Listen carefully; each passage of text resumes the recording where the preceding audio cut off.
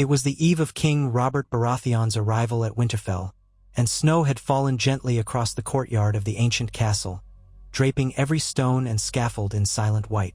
The wind carried a bitter chill, but it was the kind of cold that felt bracing rather than punishing. In the great keep, fires burned in every hearth, and the Winterfell servants scrambled to prepare for the royal welcome. Lord Eddard Stark and Lady Catelyn Stark had meticulously arranged every detail: the banquet, the lodging, the presents for the royal family. Even the children sensed the significance of these preparations, though they each reacted in their own ways. Sansa dreamed of courtly gallantry and the shining nights she imagined traveling with the king. Arya rolled her eyes at all the fuss and sneaked out of her sewing lessons to watch the soldiers drill in the yard. Robb practiced his sword forms with renewed intensity, determined to look his best when presenting himself to the king. Brandon Stark, Bran to everyone who knew him, was the second youngest son of Lord Eddard and Lady Catelyn. At 8 years old, he was quick-witted, inquisitive, and utterly captivated by the world. He had an unquenchable curiosity, one that showed itself in the restless way he roamed Winterfell's many corridors, courtyards, and towers. His favorite place in all the castle was the old broken tower, so battered by time that part of it was no longer used. It was there, among the ravens and the silent stone, that Bran felt most alive. He loved to climb, to test the edges of his bravery, to see the realm from a higher perspective. He would clamber up the walls like a squirrel in a hurry, agile and fearless, finding footholds and handholds in places that seemed impossible to anyone else. The old tower allowed him to see beyond Winterfell, over the walls, to the distant forests and rolling hills of the north. That very morning, Bran had been halfway up the side of the tower when he was startled by the faint echo of voices. Pausing with his hand anchored in a crack of stone, he heard the low murmur of conversation drifting from a nearby window. Normally, curiosity would have drawn him to lean closer to peer inside, but a sudden gust of wind pricked the back of his neck, and some instinct made him decide that eavesdropping might not be wise today. He had a premonition, or perhaps just a childish sense of caution, that he should climb back down. The day was too important to risk a tumble, with the king arriving soon. Reluctantly, he climbed back down the way he had come. His feet touched the ground, and his heart pounded with the rush of fear and excitement that came at the end of every climb. Bran told himself he would investigate those voices another time, perhaps after the king had departed, and he hurried off to see if he could catch a glimpse of Robert Baratheon's procession on the horizon. In another world, one with a twist of fate, Bran might have climbed higher, might have seen something he should not have. That day, he might have witnessed Queen Cersei and her brother Jaime together in a forbidden moment, leading to a cruel push out of the window and a fall that would change his destiny forever. Yet on this day, that never happened. Bran's small decision to turn back, his moment of caution, spun the wheel of fortune in a different direction. He did not become the boy who fell and lost the use of his legs. He did not lie in a coma while a dire wolf howled in the Godswood. That was not his path in this rewritten tapestry of events. Instead, he remained a spry, active child, with both legs and his adventurous spirit intact.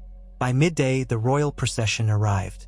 Bran watched with shining eyes as King Robert rode in on a great black stallion, as tall and broad as a man could be. Queen Cersei sat elegantly on her palfrey, regal in green and gold. Behind them, Prince Joffrey rode near Sandor Clegane, the Hound, while Princess Myrcella and Prince Tommen followed in a comfortable litter, surrounded by Lannister guards. The cavalcade of knights, servants, and horses seemed endless to Bran, who had never seen so many people at Winterfell all at once.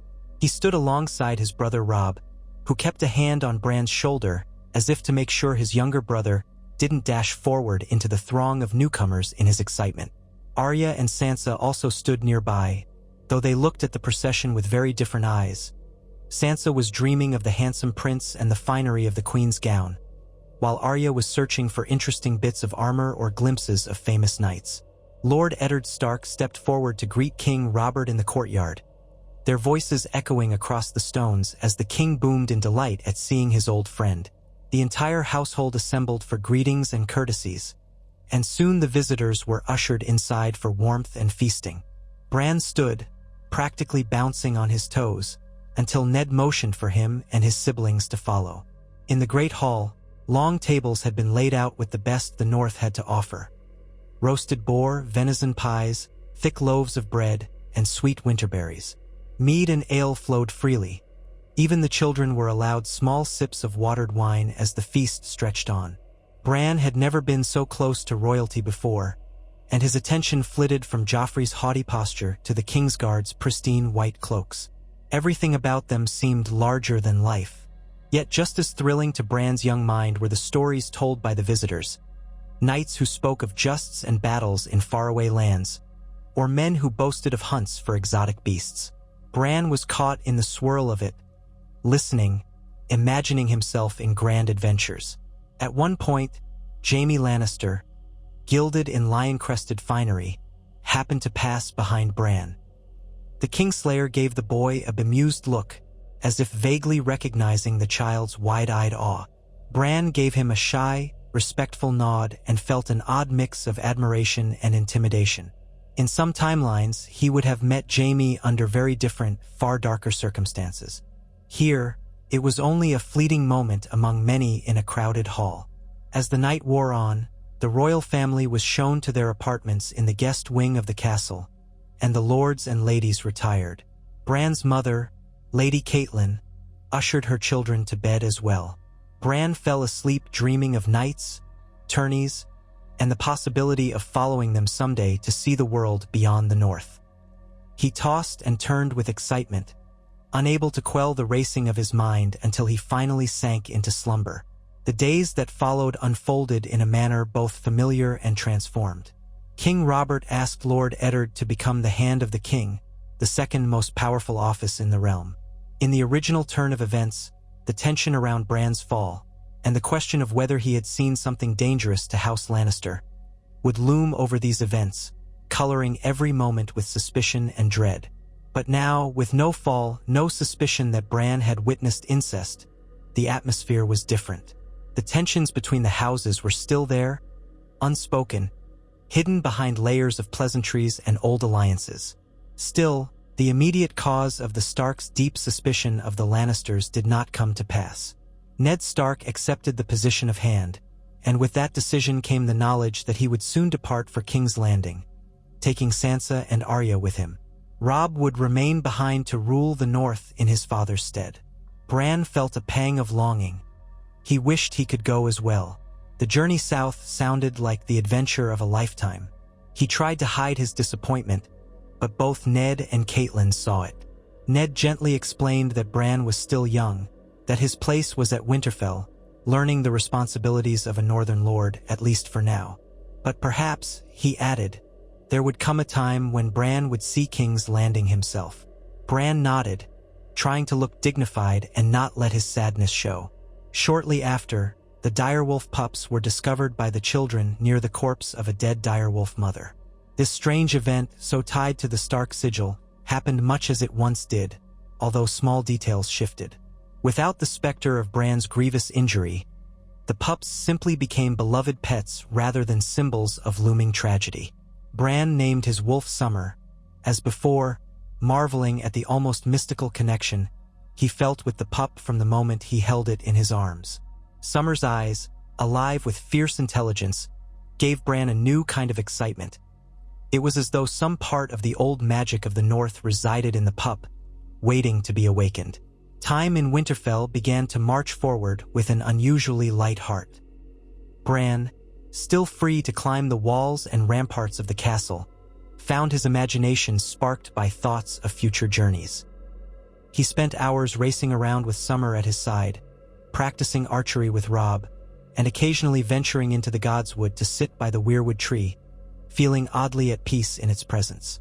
Sometimes, the tree's ancient face seemed to watch him, its red eyes glimmering in the dappled sunlight, and Bran would feel an inexplicable pull. He could not put words to it, a gentle tug in the back of his mind, beckoning him towards something deep and mysterious. That pull had always been there, but it did not have the same urgency now that he was not bound to a bed. His destiny, once propelled by the trauma of his near-death fall, was still calling to him, but it was quieter, more subtle. Lord Eddard departed for King's Landing with the royal procession soon after, taking Sansa and Arya along. Catelyn stayed behind a little while longer to tend to matters at Winterfell before she, too, would travel south on a separate errand. Though in this revised story, her urgency to hunt for assassins or prove Lannister guilt was diminished. Still, she meant to join Ned eventually to help ease the transition. In their father's absence, Robb was left as the acting Lord of Winterfell. Bran noticed how Robb took to his new responsibilities, his face growing more solemn, his sense of duty overshadowing his youthful humor. One afternoon, Robb came out to the yard in the thick of a winter drizzle, spotted Bran practicing with a bow, and told him kindly but firmly to keep up the good work. He then excused himself and went to oversee a hearing in the Great Hall for a farmer who'd lost some goats. Bran stood there in the drizzle, feeling an unexpected pang of envy. He was proud of his brother, but also restless, feeling that something more awaited him beyond the stone walls of Winterfell. He had always been the dreamer, the climber, the boy who yearned for horizons. When word came that Tyrion Lannister, the imp, had stopped at Winterfell on his way back from the Wall, Bran was intrigued. He had heard from passing servants that Tyrion was cunning, that he possessed a sharp wit and a mind for books that rivaled any maester's. Bran had never thought much about dwarfs before, but he was curious. This was a man who traveled the entire kingdom without letting anyone's scorn deter him. Bran spotted Tyrion in the courtyard, accompanied by several black-clad men of the Night's Watch and a few sellswords. Tyrion was in conversation with Theon Greyjoy, who made jokes that skirted an edge of mockery, but Tyrion parried them all with a quick tongue. Bran watched from a distance at first, then cautiously approached, Summer at his side. Tyrion noticed Bran's approach and turned with a half-smile. "You must be Brandon Stark," he said, giving a small bow. "I've heard much about your climbing abilities." Bran blinked in surprise. "You have?" "Word travels among men who like to talk," Tyrion replied cryptically. "The castle has many corners, and your name comes up in them now and again." Summer edged forward, sniffing at Tyrion's boots. The dwarf eyed the wolf with a certain guarded curiosity, but remained still. Bran smiled. "I didn't know I was famous," he said a bit shyly. "Infamous, maybe," Tyrion remarked, "but you have nothing to worry about on my account." They spoke briefly, exchanging polite niceties. Tyrion asked if Bran had climbed the walls that day, and Bran laughed, saying he'd been too busy with archery. Something about Tyrion's measured courtesy made Bran relax. The imp might have been a Lannister, but he did not seem as frightening or cold as the rumors suggested. Before leaving, Tyrion mentioned that he would be visiting the Wall. Bran's eyes lit up at the thought. The fabled Wall was as distant and mysterious as any place Bran could imagine. On an impulse, he asked Tyrion to share a story of the Wall upon his return. Tyrion gave Bran a thoughtful look, then nodded. The next day, Tyrion departed. Life in Winterfell continued. Time crept along, and the hush of the northern air settled over the castle. Bran's mother, Lady Catelyn, finally departed for King's Landing, leaving behind a well-organized household. She gave Bran a tight hug before going, telling him that he would be the man of the house someday, and to take pride in all he did. He nodded, forcing a smile, though her departure renewed his sense of being left behind. In the quiet that followed, Bran roamed the castle more and more. One evening, he ventured into the crypts beneath Winterfell, lamp in hand, Summer trailing behind. Bran had always been half terrified, half thrilled by the crypts, with their ancient statues of Starks holding swords across their laps, watching over the tombs. The flicker of the lamp danced across cold stone faces, throwing shadows into the corners. While walking deeper into the crypt, Bran found himself imagining the stories of old kings and lords who once ruled the north, men who had fought giants, wargs, and even the children of the forest in the tales. He felt a prickle along his neck when he realized how far below ground he was, how heavy the castle above him felt. Then a gust of wind from some hidden corridor made the flame of the lamp dance. Summer gave a low growl, and Bran decided he'd had enough exploration for one night. As he walked back, he heard faint movement behind him. For an instant, his heart seized, conjuring images of ghosts or worse. The corridor was empty, though, save for shadows. He shook off the feeling and made his way up the cold steps, relieved to re-emerge into the courtyard's torchlight. He never mentioned that moment to anyone, but it haunted his thoughts for days. Once, in a dream, he saw a flickering image of himself wandering the crypts, guided by an even stranger figure, a three-eyed raven perched on a statue's shoulder. But that was just a dream, wasn't it? Or so he told himself. Without the impetus of his fall, the deeper warging powers or the spiritual journey north had not seized him in quite the same way. Still, the dreams came occasionally, faint stirrings of something that lay dormant in his blood. Summer grew swiftly, as did the other direwolves. Robb's gray wind grew the fastest, nearly as tall as a small pony by the end of that summer. Shaggy Dog, Rickon's wolf, grew fiercer by the day, which worried Maester Luwin, who tried to impress upon Rickon that the wolf was not a toy. By autumn's turn, whispers began to spread that the realm was not as peaceful as it seemed. Bandits roamed the roads in greater numbers, and rumors of tension between the king and the Lannisters trickled north.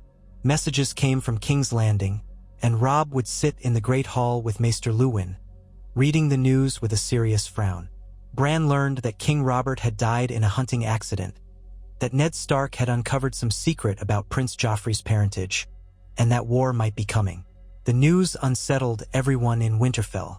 Bran was sitting in the courtyard one chilly afternoon when Robb emerged, face ashen.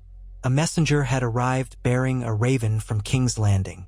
Bran waited, heart pounding, as his brother beckoned him into the solar. Robb's voice trembled when he told Bran that Lord Eddard Stark had been arrested for treason, that Joffrey had taken the throne, and that Sansa was being held hostage. Arya had disappeared, though the rumors said she was somewhere in the city. Bran's mother, Catelyn, was calling the banners. War was no longer a whisper, it was a reality. Bran felt as though the ground had shifted beneath him.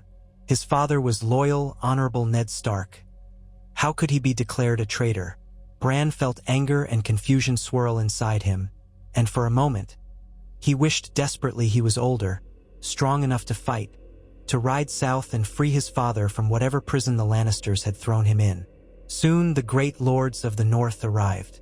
Soldiers poured into Winterfell, setting up camps in the fields. The gray banners with the direwolf flapped in the wind. Robb, only a youth but forced into the role of commander, spoke with the northern lords about the campaign. Old Lord Greatjon Umber roared his allegiance, while the other bannermen swore their swords. Bran hovered on the edges of these councils, too young to participate but too enthralled to stay away. He watched the men gather around maps and strategy. He listened to them talk about the possibility of crossing the Twins, forging alliances with the Riverlands.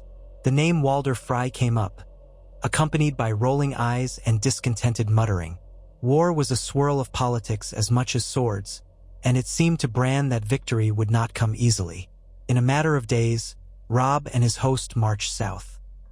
Bran stood on the ramparts to watch them go, the grim lines of steel snaking out of Winterfell's gates. It was the largest force Bran had ever seen in his life. The hoofbeats rumbled like thunder. Gray wind bounded alongside his master, a menacing shadow to protect Robb. Bran felt a catch in his throat. He wanted to be down there, riding out with them, but his brother had forbidden it. "You must stay at Winterfell, Bran," Robb had said.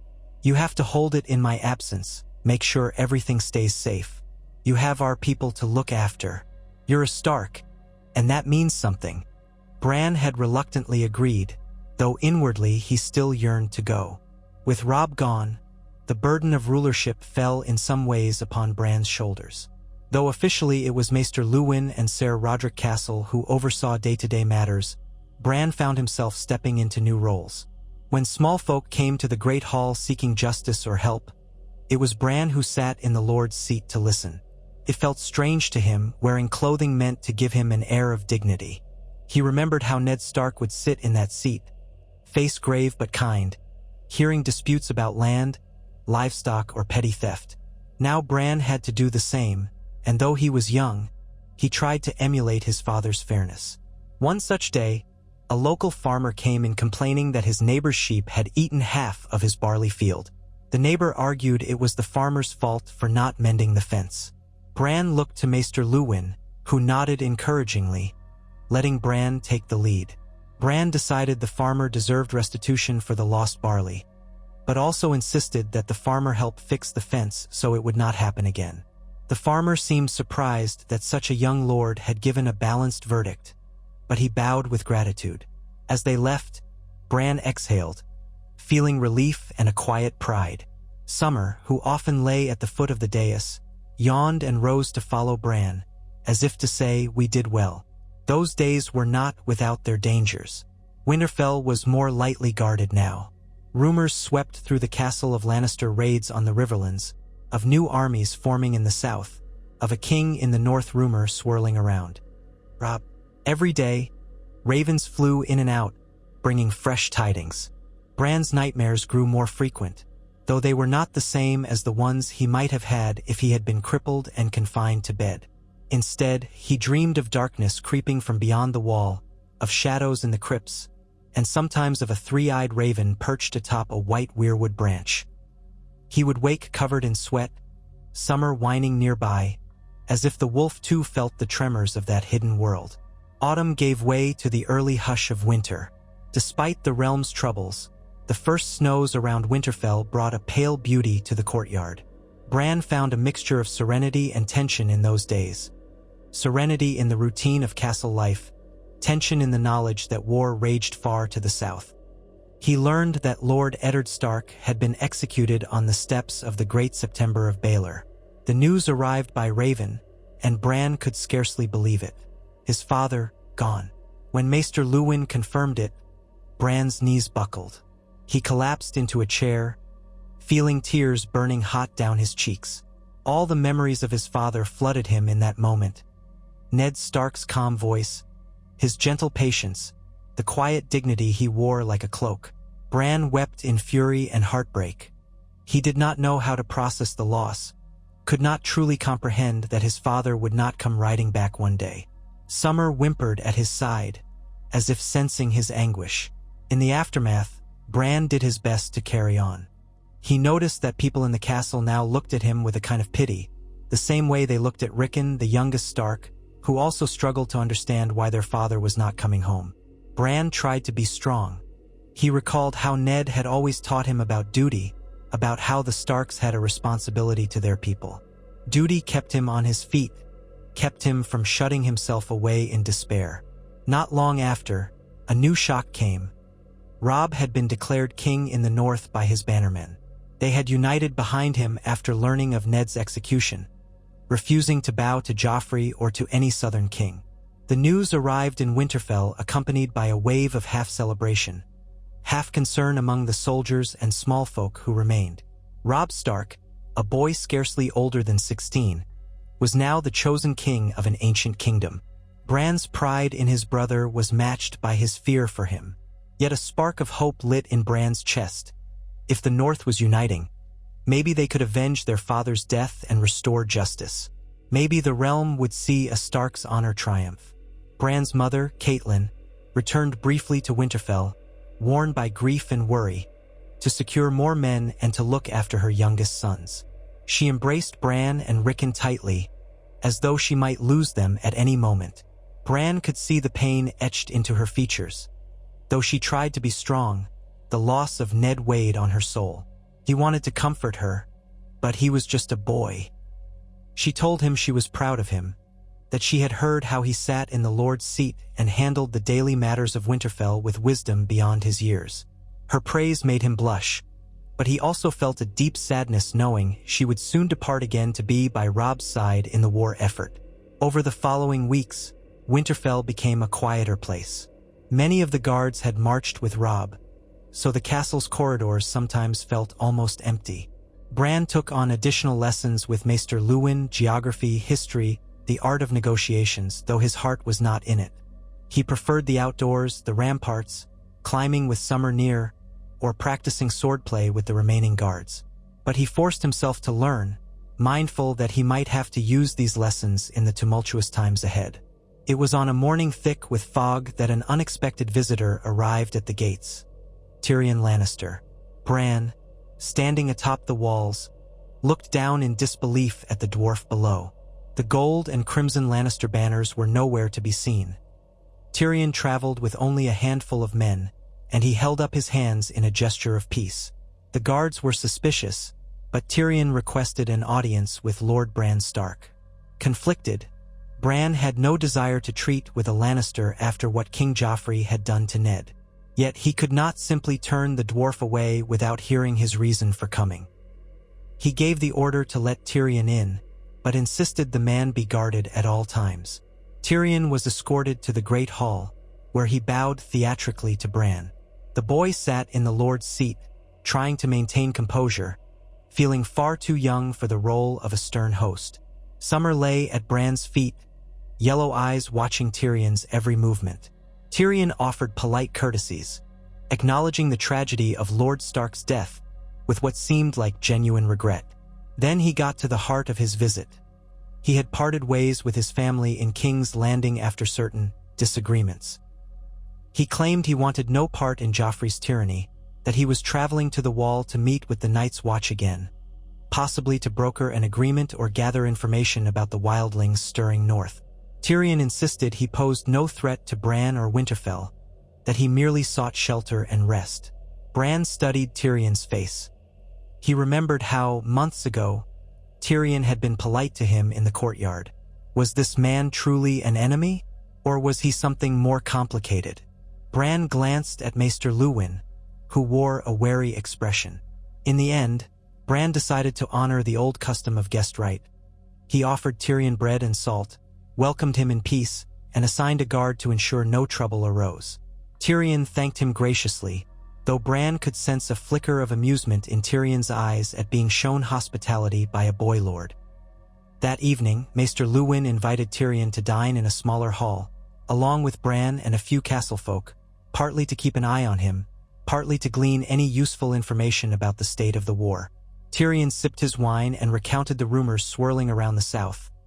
That Renly Baratheon had declared himself king, that Stannis Baratheon was also a claimant, that chaos was spreading across the Seven Kingdoms like wildfire. Bran asked him about Joffrey, about the Lannisters, about the fate of his sisters. Tyrion answered carefully, disclaiming that he was not privy to every secret. He believed Sansa was still held at court as a ward or hostage, depending on your view, and Arya's whereabouts were still unknown. The mention of Arya made Bran's heart clench.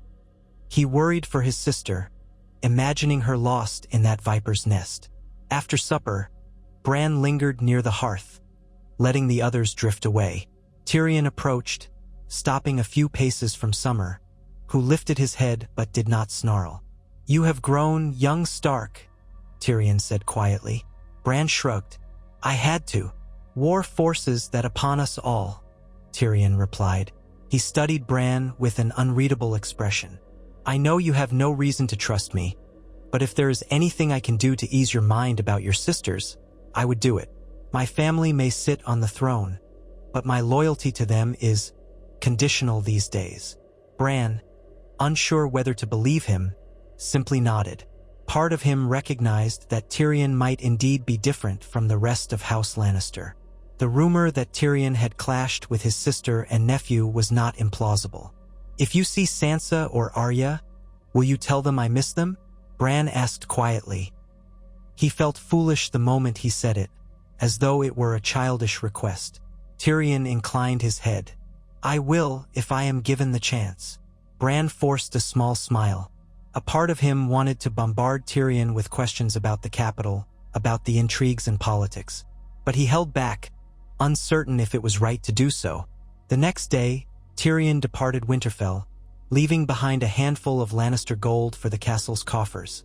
A gesture of goodwill, he called it. Bran felt conflicted as he watched the dwarf ride off. The banner of the lion might have been absent, but the weight of Lannister legacy trailed after him. Nonetheless, Tyrion had been courteous, and his words echoed in Bran's mind long after he disappeared into the fog. that winter stretched into a subdued stillness in the castle. Bran oversaw the storing of grain, the distribution of food to the small folk, and the maintenance of the walls. The guards drilled regularly. Ser Roderick had departed to aid Robb, so the training fell to a grizzled master-at-arms named Helman Tallheart, who tried to school Bran in swordsmanship. Although Bran was quick on his feet, he was still young, and the wooden sword battered his arms until bruises bloomed dark. He refused to complain, determined to harden himself, to grow into a stark worthy of respect.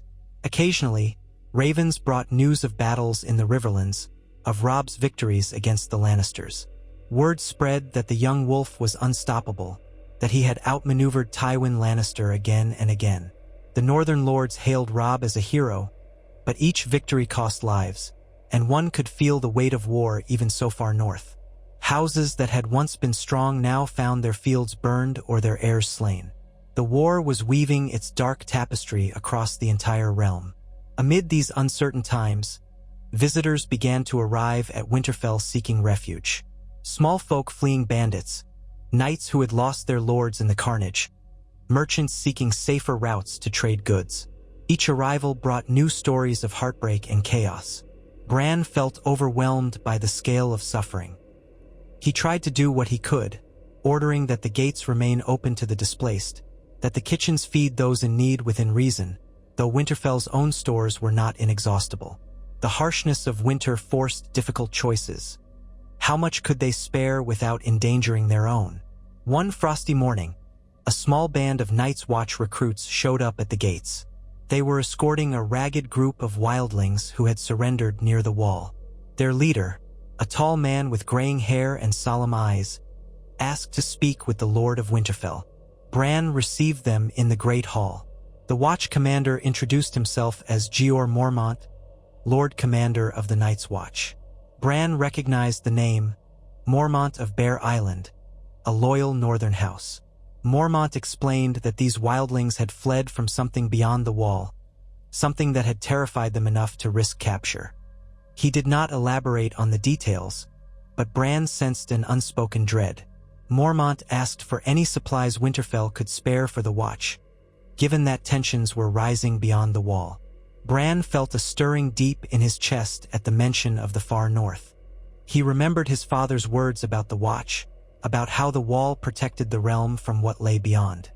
He remembered old Nan's stories of the White Walkers, the long night, the terror that once nearly consumed the world. Could it be that those tales contained a kernel of truth about threats returning? Bran offered the supplies, as was custom for a Stark, but the conversation stuck in his mind, planting a seed of worry. That seed took root in Bran's dreams.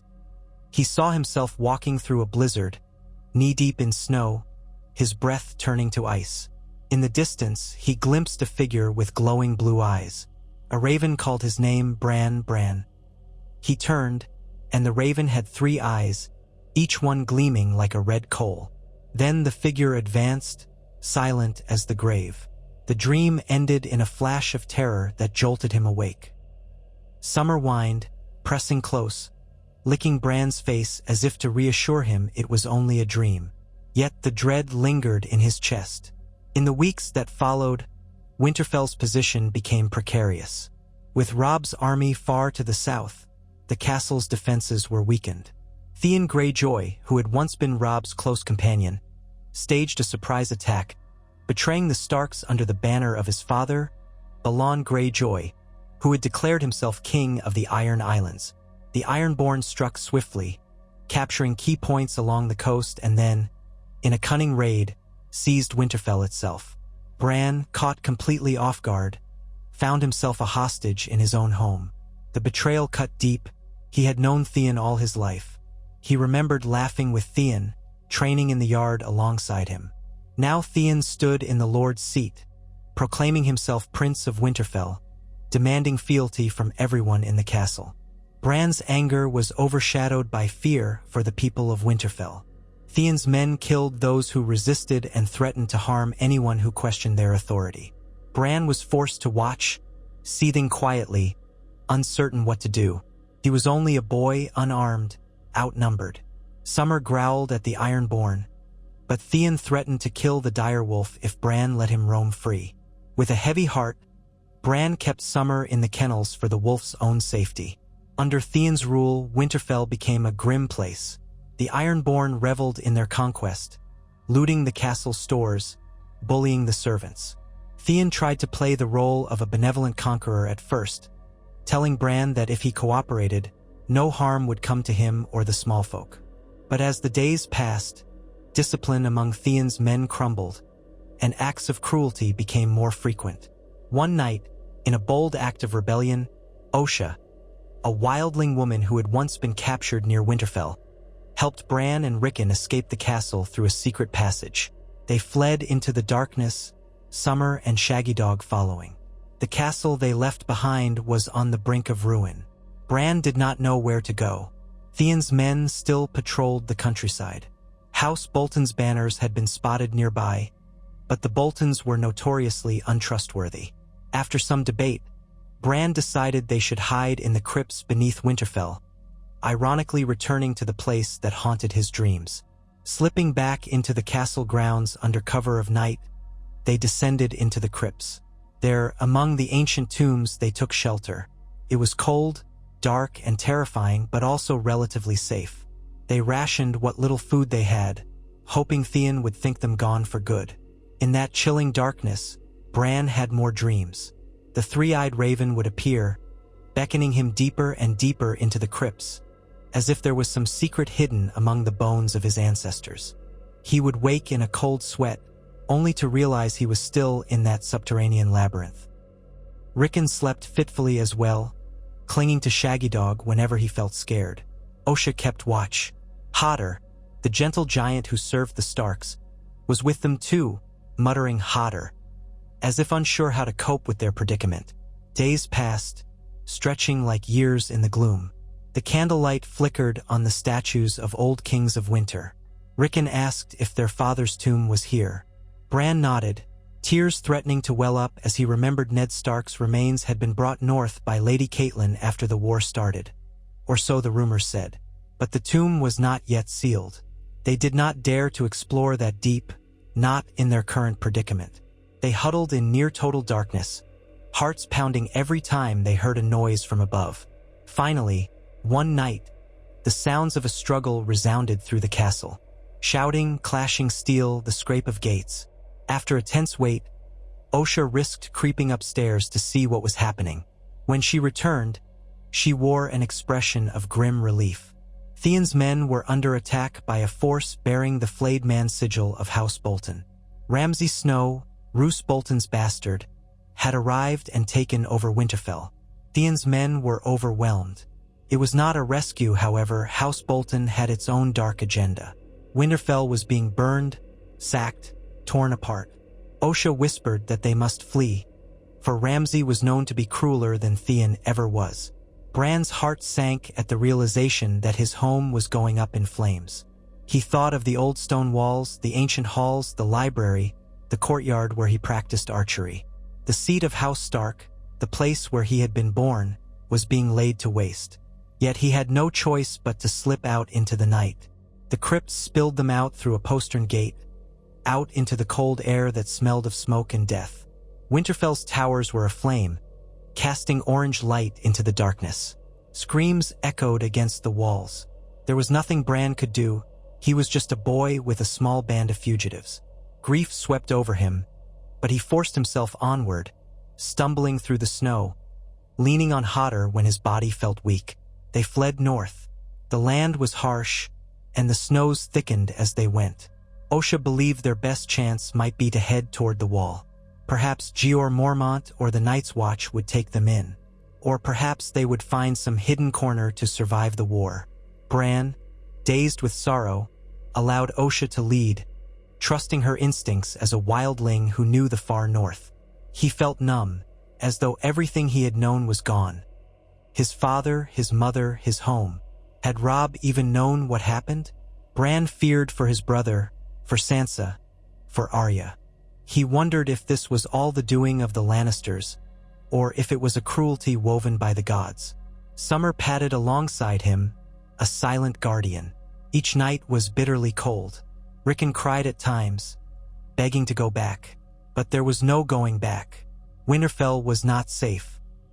So onward they pressed, day after day, following hidden trails through forests of towering pines.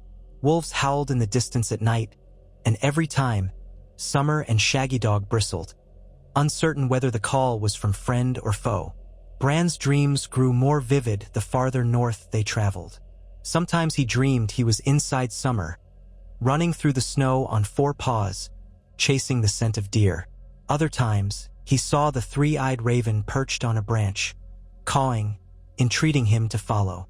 He still remembered old Nan's tales of the greenseers, of skin-changers who could slip inside the minds of beasts. Were these gifts something he truly possessed? Or was it all his imagination in the throes of desperation? At last they neared the wall, that colossal barrier of ice that spanned the continent. Even from a distance, its presence loomed, blotting out part of the horizon. As they crept closer, they realized the gates were guarded. But the men of the Night's Watch remained loyal to House Stark, or at least loyal to their vows. Osha advanced carefully under a makeshift white flag. Eventually, they convinced the Black Brothers of who they were, and the Watch allowed them safe passage inside. Bran had never seen anything so colossal as the wall up close. It towered above him, a frozen monolith that shimmered in the daylight, as though entombing ancient secrets. The men of the Night's Watch recognized Bran's name and title immediately, for news of the Stark family's tragedies had traveled swiftly. They offered him and his companions shelter at Castle Black.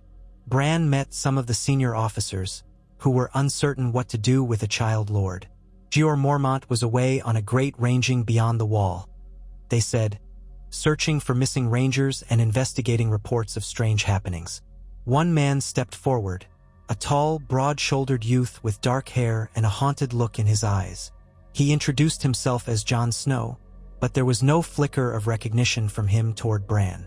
In another life, Jon Snow might have been Bran's half-brother, but in this retelling, where events diverged from the path of the books and show, they had never spent enough time truly bonding before Ned left for King's Landing. Yet here there was a spark of familiarity in their features, sense of an unspoken kinship. Bran realized that he knew of Jon, of course, from his father's household, but their interactions had always been somewhat distant. Now, with everything lost, he felt a surge of longing for any connection to his old life. Jon's eyes widened when he heard Bran's name. The men of the Watch had told him about the Child Lord who might come seeking refuge. Jon knelt before Bran, showing respect, and Bran awkwardly motioned for him to rise. Despite the strangeness of their relationship, a sense of relief washed over both. They were family in a world that had grown cruel and chaotic. Jon offered them what little hospitality the Watch could provide: warm blankets, a seat by the fire, and a promise that no harm would befall them at Castle Black. The Black brothers muttered among themselves that if the Stark boy was here, something dire must be happening in the south. Settling into the austere quarters of Castle Black, Bran felt a mixture of gratitude and unease. The wall was safer than the war-torn south, but it also represented the end of the known world, a stark boundary between civilization and the wilderness beyond. He could sense something ominous in the air, as though the frosty wind carried warnings from the far north. The men at Castle Black also seemed on edge. They spoke in hushed tones about Jeor Mormont's expedition, about whites and white walkers rumored to roam in the haunted forest. Yet none spoke openly. Superstition and fear clung to the gloom of the ice. Over the days, Jon Snow did his best to help Bran understand what was happening. He had gleaned bits of knowledge from Samwell Tarly, Maester Aemon, and rumors that drifted in with stray rangers. King Joffrey sat the Iron Throne, Robb Stark fought a war of independence for the north, Balon Greyjoy wreaked havoc in the west, while Stannis and Renly Baratheon contested the throne in the east and south. It was as if the Seven Kingdoms were tearing themselves apart from every angle. Meanwhile, a darker threat stirred beyond the wall, something that neither side of the war had any mind to face. Bran listened, stunned by the scale of the chaos. He also found that his dreams intensified here, in the shadow of the wall. He dreamed of walking through the forest at night, guided by a pale figure who whispered ancient secrets in a language Bran did not understand. He dreamed of standing beneath a weirwood tree, its crimson leaves draped like a cloak around him. He dreamed of a hidden chamber deep beneath the ground, where roots curled around a throne of twisted wood. And always, that three-eyed raven hovered, calling him on. The call was stronger now, as though crossing some threshold had awakened it in him. One evening, Jon Snow found Bran sitting on a crate in the courtyard, staring blankly into the fire. Summer lay at Bran's feet, muzzle resting on the ground. Jon came up quietly, the snow crunching underfoot, and placed a hand on Bran's shoulder. "You look troubled," he said softly. Bran glanced at him, hesitating. He had not told many people of his dreams. "I feel something," he finally said. "It's like a pull, a voice that's calling me north. But I don't understand it." Jon frowned. "The old gods, maybe. The blood of the first men runs thick in House Stark. We used to pray at the weirwood in Winterfell. Maybe something in the north is calling that blood." Bran swallowed hard. "What if I can't ignore it? Then maybe you shouldn't." Jon's expression was torn. "But the lands beyond the wall are no place for a boy, especially now. They say the White Walkers are awake again, that the dead walk." Despite the fear in Jon's voice, Bran felt a jolt of determination. He thought about the crypts of Winterfell, the sense of some unfulfilled destiny. He thought about the tragedies that had struck his family, as if the gods or fate were pushing him towards something bigger. He looked at Jon. "Could we warn them? The kings in the south? Robb, Joffrey, Stannis, all of them? If what you say is true, if something terrible is coming." Jon sighed. "Lord Commander Mormont tried to warn them. He sent ravens, but I doubt the words carry weight when the realm is at war. They don't believe in children's stories, not anymore. Not until it's too late." Bran nodded, feeling a despair settle over him. But beneath that despair, a flicker of conviction glowed. He remembered the words of House Stark. "Winter is coming." Those words were not just a reminder of the seasons. They were a warning. The older he grew, the more he understood. Winter meant hardship, war, and death. But it also meant renewal, for from winter's gloom spring would eventually burst forth. Perhaps the old gods had chosen him for a role he did not yet comprehend. The days crawled by. News trickled in of Robb's campaigns, of battles won and lost. Catelyn Stark had helped broker a tentative alliance with Renly Baratheon. But then Renly was slain under mysterious circumstances. Stannis marched on King's Landing, only to be repelled by wildfire. The realm's lords were entangled in a struggle for power, while the real threat crept ever closer from the north. The men at Castle Black prepared for winter as best they could, stockpiling food, ensuring the battlements were in order. Late one night, as Bran tried to sleep, he had a dream more vivid than any he had experienced before. The three-eyed raven flew through a swirling blizzard, cawing his name. Beneath the bird, Bran saw an army of pale corpses marching across the snow, eyes glowing blue, driven by an icy will. In the distance, he glimpsed a tree, an immense weirwood with ravens perched in its branches. The tree's face, carved in ancient times, wept tears of red sap. He heard a voice echo in his mind. "The hour is late. The dawn will not come if the darkness is not met."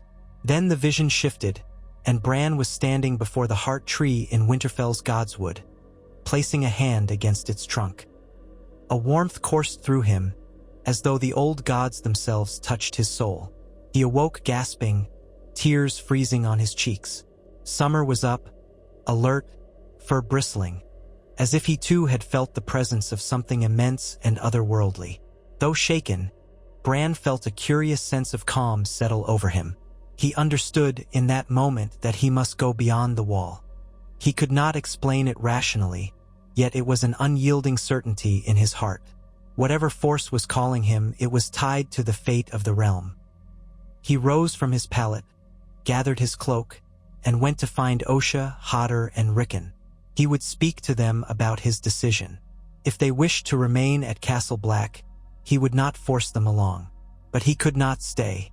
As the moonlight illuminated the courtyard, Bran recounted his dreams to Osha. She paled at the idea of venturing into the lands of always winter, where the White Walkers roamed. But she looked at Bran with respect and perhaps a touch of awe, sensing something in him that was greater than a mere mortal's fear. Rickon, wide-eyed, clutched Shaggy Dog's fur. He did not want to be separated from Bran, but the journey sounded terrifying.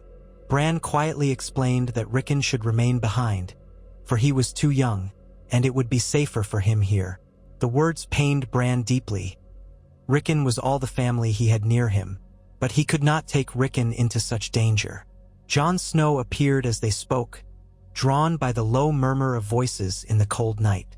He listened to Bran's plan in shock, his eyes flicking between Osha's worried expression and Bran's determined one. Jon tried to dissuade him, insisting it was suicide, but Bran's conviction would not waver. He sensed that the realm needed him to go north, that a power beyond mortal comprehension might guide him there. Jon gazed at him, a flurry of emotions in his gray eyes, then nodded reluctantly. "If this is your path," Jon said, voice heavy with a mixture of sorrow and pride, "I'll help you as best I can." They arranged it quickly, quietly.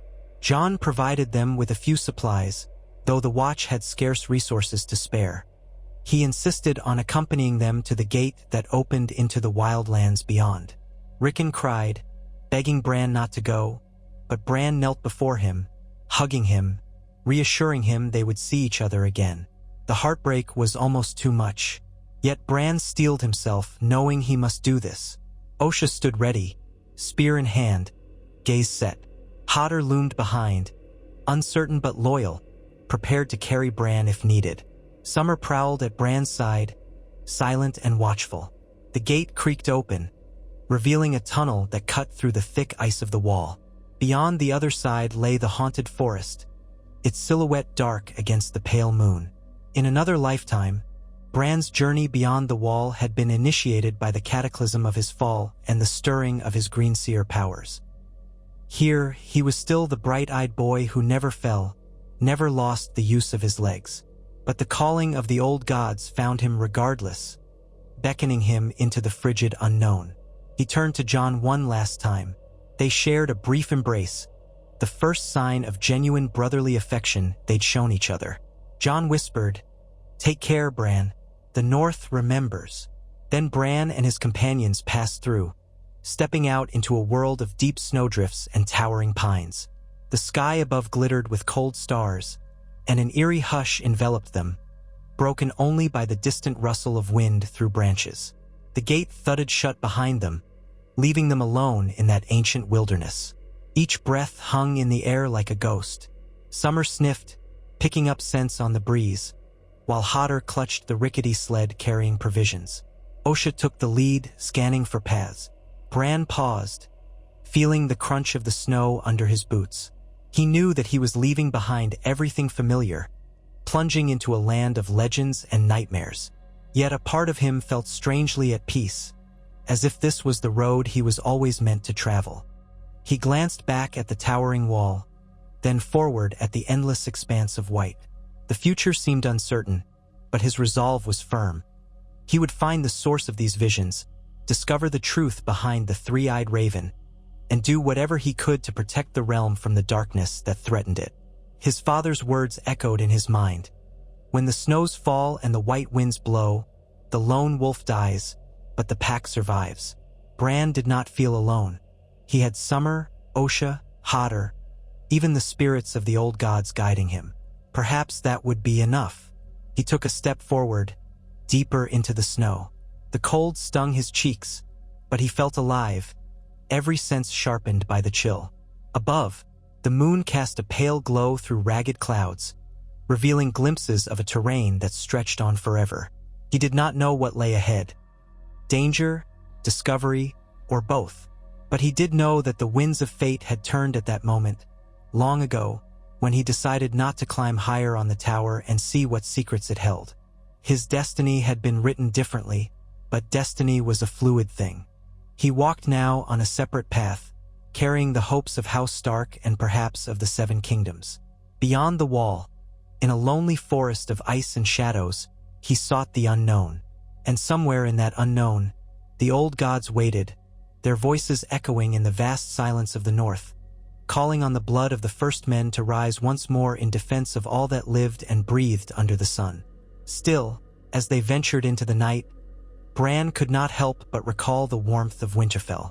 The memory of home was a fire in his heart, a spark of courage to light his way. No matter what lay beyond, he was Bran Stark of Winterfell, son of Ned Stark, and in that name he found the strength to keep moving forward. The snow crunched beneath his feet, and the wind whispered across the frozen land, singing of ancient battles and lost songs. Summer nuzzled against Bran's side, as if to say, "We are together in this." And together, they slipped into the darkness, guided by a faint promise of dawn somewhere beyond the horizon. They pressed on in silence. The moon's pallid glow flickered behind clouds, giving way to a deeper darkness. At times, the wind cut across the snow-covered terrain in sharp gusts, and it carried with it the distant creaks of frozen branches, the echo of ice cracking upon itself. Osha led with cautious steps, halting every so often to scan the horizon and listen. Hodder followed next, muttering "Hodder" under his breath, as if it were a charm against the cold and the terrors that might lurk beyond each drift. Bran walked beside him, clinging to Summer's presence whenever fear roiled in his stomach. They had taken only what they could carry: a few skins of water, strips of dried meat, some spare furs, and the knowledge that they headed into a land few dared tread. Bran tried not to dwell on the final moments at Castle Black, on the sight of his brother Jon's face illuminated by torchlight as the gate rumbled shut. The memory of that parting, the tightness in Jon's voice, made Bran's throat ache, yet something within him compelled him north. He thought of the dream in which the three-eyed raven beckoned, of the cryptic messages about the darkness to come. He no longer questioned whether it was real. He felt it in his bones, pulsing like an unseen tide, tugging him forward. He was not crippled, not helpless. He felt strong on his own two legs, even in the biting cold and the snow. Where once he might have dreamed of knights and tournaments, now he felt drawn toward older, deeper powers, the memory of the world as it was in ages past. The hours blurred in the gloom. Occasionally, they startled a raven that took flight with a derisive croak, or they glimpsed the shape of a fox slipping through the trees. The vastness pressed upon them. An endless forest of pine, birch, and frost-limbed oak, interspersed with wide expanses of snowy ground where wind-sculpted drifts rose like waves. Bran wondered how Osha found her bearings. To him, every direction seemed equally endless. Once, he asked Osha if she was sure they were heading the right way. "North is north," she replied curtly, but then added in a softer voice, "We keep the sun, what little sun we have, on the right side in the morn, the left at dusk. Old ways taught to us. We'll find our path." Bran nodded, trusting her. He drew his cloak tighter around him, grateful for the heavy fur that shielded him from the worst of the chill. Summer padded alongside, a comforting shadow, occasionally bounding ahead to sniff the wind. The direwolf's coat had grown thicker with the season, and his presence made Bran feel just a fraction safer. They spent the first night huddled against a rocky outcrop that provided some break from the wind. Osha built a small fire, and Bran and Hodder helped gather what scant bits of kindling they could find beneath the snow. The sparks crackled feebly, and the flames burned low, but even that small heat was precious. Rickon was far behind them now, left in the relative safety of Castle Black. Bran thought of him often, imagining Rickon's fear and confusion. He felt guilt for leaving him behind, though he believed it was the only choice. Here, in the wild, Rickon's life would be endangered every moment. At least behind the wall, he might stand a chance. "We'll push on at first light," Osha murmured, crouching close to the embers. "See if we can find the river and follow it." Bran nodded, though privately he questioned how they would find any river in this wilderness. The only sound was the soft hiss of wind. Darkness settled in, thick and impenetrable. At some point, exhaustion dragged Bran into uneasy dreams. He saw again the three-eyed raven, perched on a black branch overhead, cawing. Below, A swirling blue glow pulsed against a backdrop of endless white. When he awoke, his limbs felt stiff, and the embers in the fire pit had long since died. Summer lay pressed against his side, sharing warmth. Hodder snored softly, arms folded beneath him as he tried to keep warm. Osha was awake, scanning the tree line. "Morning," she said, though no color in the sky indicated a true dawn. The northern sun hovered low on the horizon, a pallid disk hidden by clouds. "We'd best be moving." They doused the remains of the fire with snow and trudged onward. The temperature was bitterly cold, but movement kept their blood from freezing in their veins. The hours slipped by in a haze of trudging feet, blowing wind, and fleeting illusions of movement in the corners of Bran's sight. Sometimes he thought he glimpsed a figure among the trees, but whenever he turned his head, there was nothing there, only the silent forest. Were they being followed? He asked Osha, who pursed her lips and shrugged. "Wildlings might be about, or shadows. Even the wind can play tricks on us out here," she said. "Still, we'll keep our guard up." On the second night, they made camp in a hollow beneath the roots of a massive dead tree that had toppled in a storm centuries ago, forming a natural nook. Bran helped Osha gather pine boughs to form a makeshift shelter. The covering provided some insulation. Snow drifted in sporadically, but at least the wind was less fierce. Bran ate a strip of dried salt beef, chewing slowly. It was tough, but it filled his aching belly. "How far do we have to go?" he asked quietly. He found himself missing the great hall in Winterfell, missing the crackle of its fires and the smell of fresh bread. He'd grown used to the stony hush of Castle Black, but at least it had walls, real walls. Here they were alone with the elements. Osha shrugged. "Till we find what you're looking for, I reckon. That three-eyed crow. You're sure it's north?" Bran pressed his lips together. He couldn't explain the certainty that pulsed inside him. "Yes," he said at last. "I can't tell you where exactly, but I feel it." Osha studied him. Then she cast her eyes away, brow creased in a mixture of wonder and worry. "A boy with strange dreams, gods from the old times stirring. If I was a smarter lass, I'd be running for the warm south. But something tells me there's more at stake here." They huddled together for warmth that night, Osha and Hodder flanking Bran, while Summer curled at his feet. Bran's eyes drifted closed, lulled by the faint beat of his own heart, the rustle of wind through the branches above. In his dreams, he saw the face of the old gods in a heart tree, the bark peeled back to form a grim visage. Blood ran from its hollow eyes, dripping onto the snow at its base. The raven hopped from branch to branch, each caw echoing like a human voice calling his name, pulling him deeper into some unknown labyrinth of snow and root and ice. When he woke, his breath was caught in his throat, body tense. There was a presence in the night, or so it felt. He peered into the darkness around them. Summer raised his head, ears perked. But the night was silent, empty. After a moment, the wolf laid his head down again, and Bran eased back, heart thudding. He realized that the realm beyond the wall was not just a place. It was a force, an ancient land steeped in primordial energies. No wonder the Night's Watch patrolled the frontier so vigilantly. This was not a mere wilderness. It was something older, a threshold to a time before men. They rose again at dawn, if one could call that half-light dawn, and continued their trek. Gradually, the terrain shifted. They skirted the edges of a vast, frozen marshland. In some places, the ice gave way to pockets of frigid water that glimmered with a glassy sheen. Osha tested each step with her spear, ensuring that the ground would hold.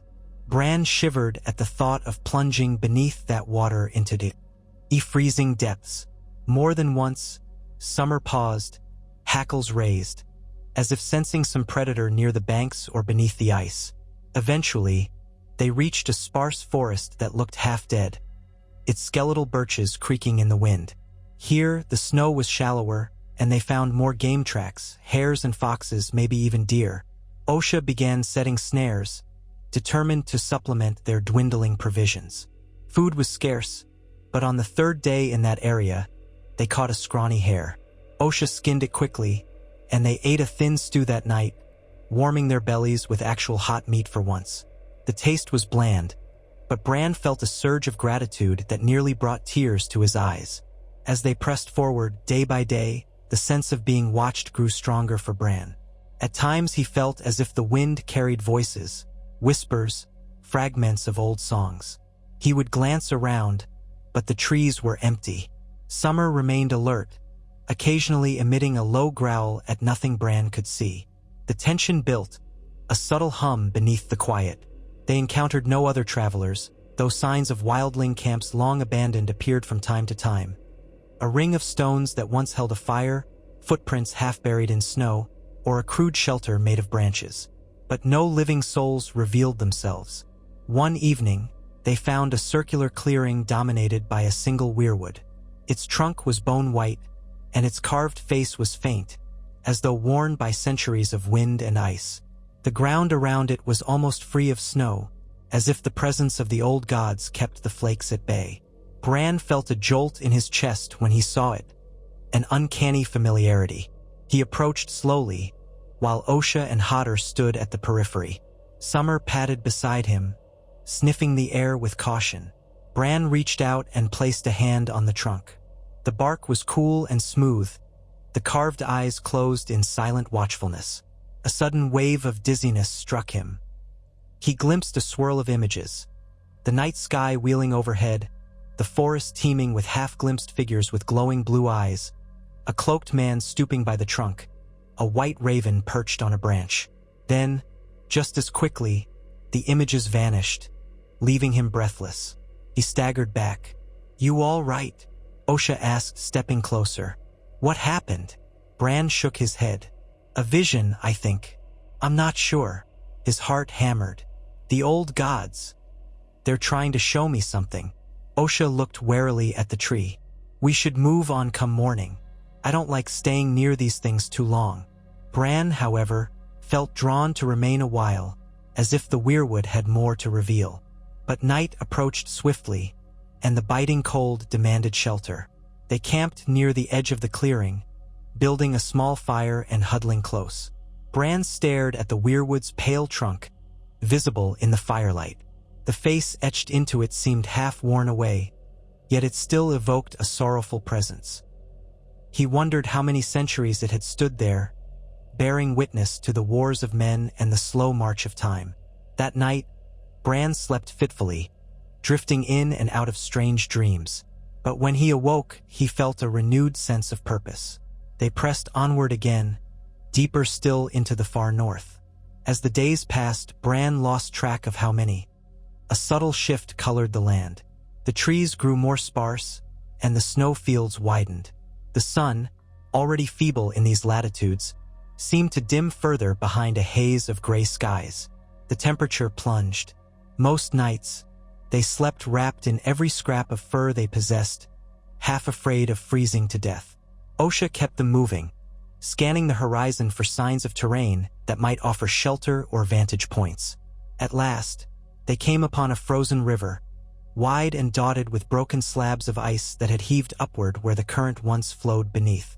Osha led them across carefully, testing each step with her spear. Hodder carried Bran's pack and some of the heavier gear. Bran insisted on walking on his own, wanting to prove he was neither crippled nor childlike in his determination.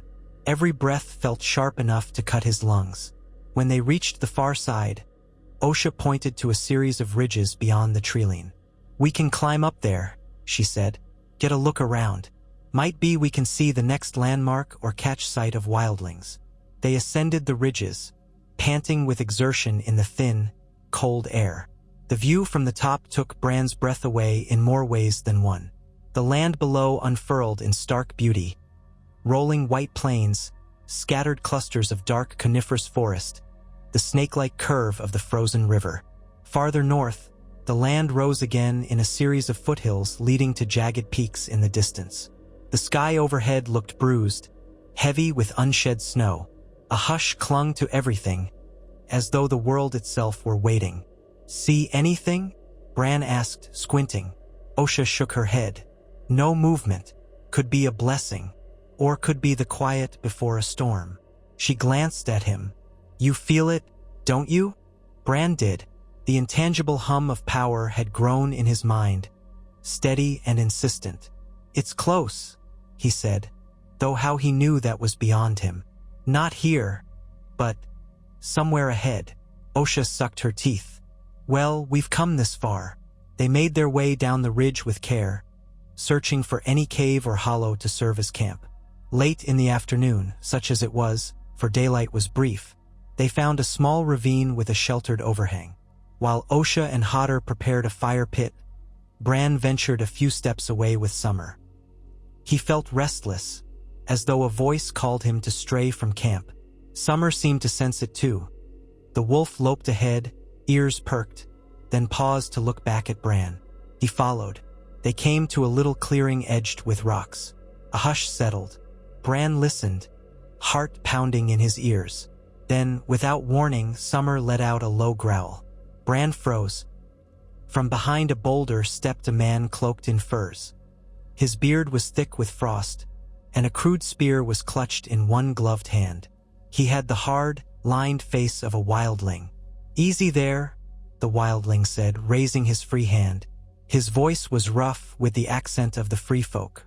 I don't fancy tangling with that wolf of yours if I can help it. Bran glanced over his shoulder, considering whether to call for Osha or run. But something in the man's posture suggested he was not immediately hostile. Summer snarled, but did not charge. We didn't come to fight, Bran said quietly, stepping a little in front of Summer. We're just travelers. The wildling's gaze flicked to Bran's face. Travelers all the way out here? You're either fools or runaways. Or both. He eyed Summer again. Direwolf, eh? You don't see many south of the wall. Where'd you get him? He's my companion, Bran said, avoiding specifics.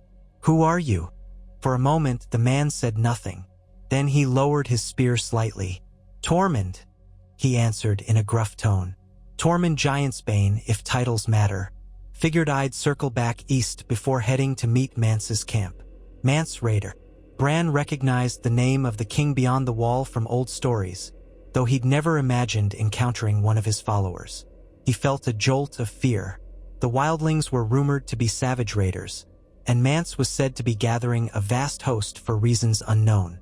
Why are you out here, boy? Tormund asked, stepping closer. You reek of Southron airs. But that wolf, are you some warg? His tone took on an edge of curiosity, maybe wariness. Bran hesitated.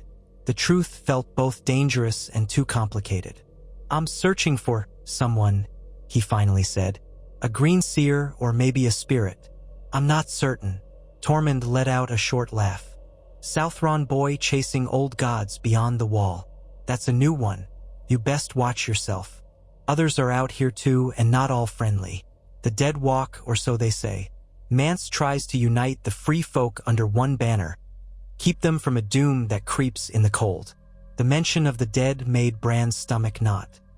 He remembered Jeor Mormont's warnings, the visions of ice-eyed whites in his dreams. We've heard rumors, Bran replied in a small voice. You've heard? But do you understand? Tormund gave him a shrewd look. Something stirs. White walkers, whites, shadows in the night. Mance wants to push us all south of the wall, or so I hear. It's the only way we survive. But it's dangerous times. Bran felt the weight of those words, the hush of the clearing pressing in. Summer's growl had faded to a low rumble, still alert. Tormund looked at the wolf as if measuring it. Then he turned back to Bran. Where's your camp? Bran sensed no immediate threat from Tormund. The wildling did not brandish his spear with malice, and though his manner was rough, he showed no sign of wanting to kill a boy outright. Still, caution warred with the desire for information. We have a small camp close by, Bran said. 3 of us. For counting Summer. Tormund nodded. I've got no quarrel with children. If you let me share your fire tonight, I can fill your ears with what I know. Then I'll move on. He paused, eyes narrowed. Or you could try to chase me off, though I wouldn't advise it. The night out here is more dangerous than I am. Bran swallowed, thinking of Osha and Hodder. All right? he relented, voice trembling slightly. You can share our fire. But if you try anything... Tormund raised a bushy eyebrow. If I try anything, your wolf tears out my throat. Fair enough. They returned to the ravine together, Summer keeping a watchful distance. Osha stiffened the moment she saw the wildling. Her spear came up, but Bran quickly called out, He's not an enemy, I think. Tormund Giantsbane. The wildling introduced himself with a theatrical half-bow. I'll keep me hands where you can see 'em, spearwoman. Osha glared, but lowered her weapon. Hodder shifted uncomfortably, muttering hotter, hotter, as though confused by the new presence. They all gathered around the small fire Osha had coaxed to life. Tormund removed his gloves, exposing hands rough and scarred by years of hard living. He rubbed them over the flames, exhaling in relief at the warmth. For a time, no one spoke. They merely shared the meager heat. Then, Tormund began to speak of Mance Raider's growing host, of tribes from the far north uniting in desperation, all fleeing an unnamed horror. Mance says there's worse than just whites, Tormund said, voice carrying a slight tremor.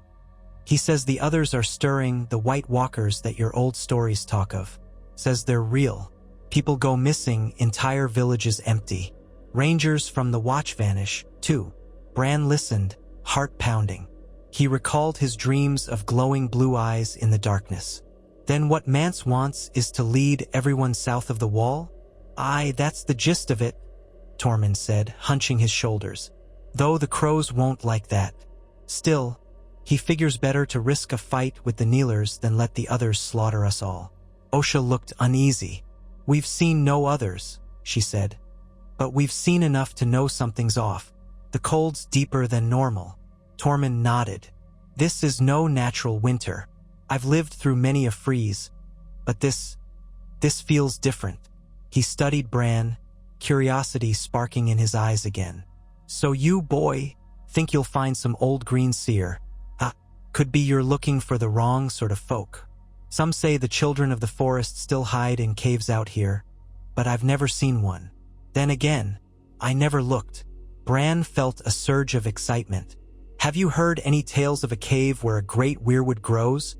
Or a man with a raven who can see through the trees? Tormund laughed, half mockingly, half in real amusement. Tales? Sure, plenty. The free folk have stories of a pale sorcerer who lives in the depths of the haunted forest, with roots for legs and ravens in his hair. We tell them to spook the young ones. Could be it's the same legend you're chasing. Or could be it's something else entirely. The north is full of dark corners. Bran glanced at Osha, who was frowning. Could be he's telling the truth, she whispered. We have to decide how far we'll follow these stories. It may lead us to our death.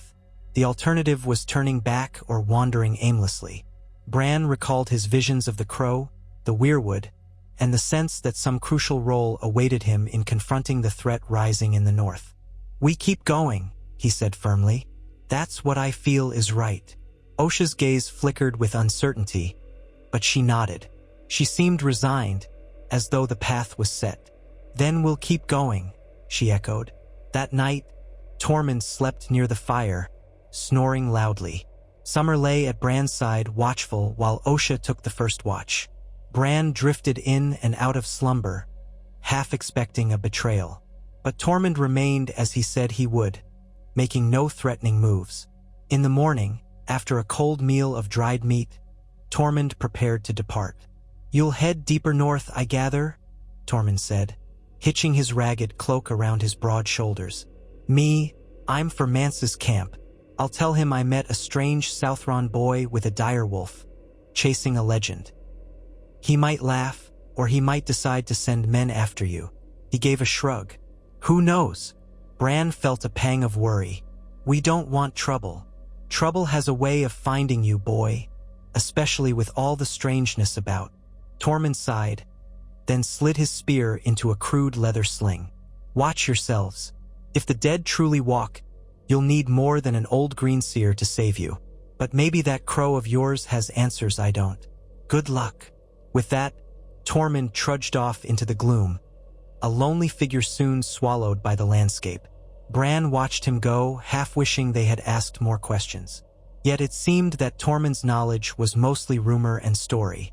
Nonetheless, the chance meeting had confirmed that the free folk were in motion, that something dire loomed beyond ordinary caution. They continued onward. As they marched, Bran noticed changes in the wildlife. Fewer animal tracks crossed their path. The nights felt eerily quiet, as if the forest itself was holding its breath. Once, Summer gave a sudden growl and bolted into the trees. Bran ran after him, heart hammering, while Osha and Hodder followed. They found Summer standing over a half-eaten carcass of a deer. The kill was fresh, but the deer's eyes were milky white, glazed in death. Tracks around the body were all jumbled, as if multiple creatures had torn into it. Yet no sign of a predator remained. Summer whined, hackles raised, before backing away. They left that area quickly, unsettled by the abrupt violence and the strange tracks. Another day or two passed in a blur of cold and monotony. The only relief came from occasional glimpses of weirwoods, solitary and ancient, standing like pale guardians in the gloom. Bran felt drawn to them each time, laying a hand against the bark to see if any new visions would come. Sometimes he saw flickers of movement or heard faint whispers of old, forgotten languages. Other times, there was only silence. Then came a day when the wind shifted, carrying with it a scent that made Summer bare his teeth.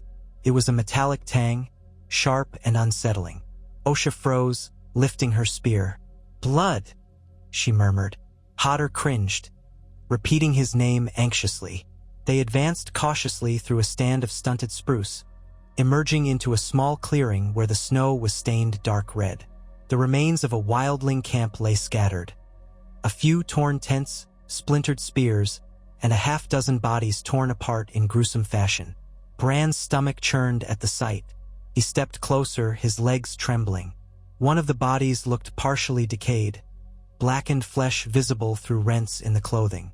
Flies buzzed even in the cold, and the stench made his eyes water. Osha cursed under her breath, kneeling to examine footprints. "Some of these men might have been dead long before the fight," she said, voice tight with horror. "Look at the flesh, as if they'd been rotting for days. But the fight can't be older than a night or two. Gods." Bran's mind flashed to the old tales of whites. Corpses reanimated by the others, unstoppable unless burned or destroyed with dragonglass or fire. His heart pounded. "We should go," he whispered, voice quavering. "There might be more nearby.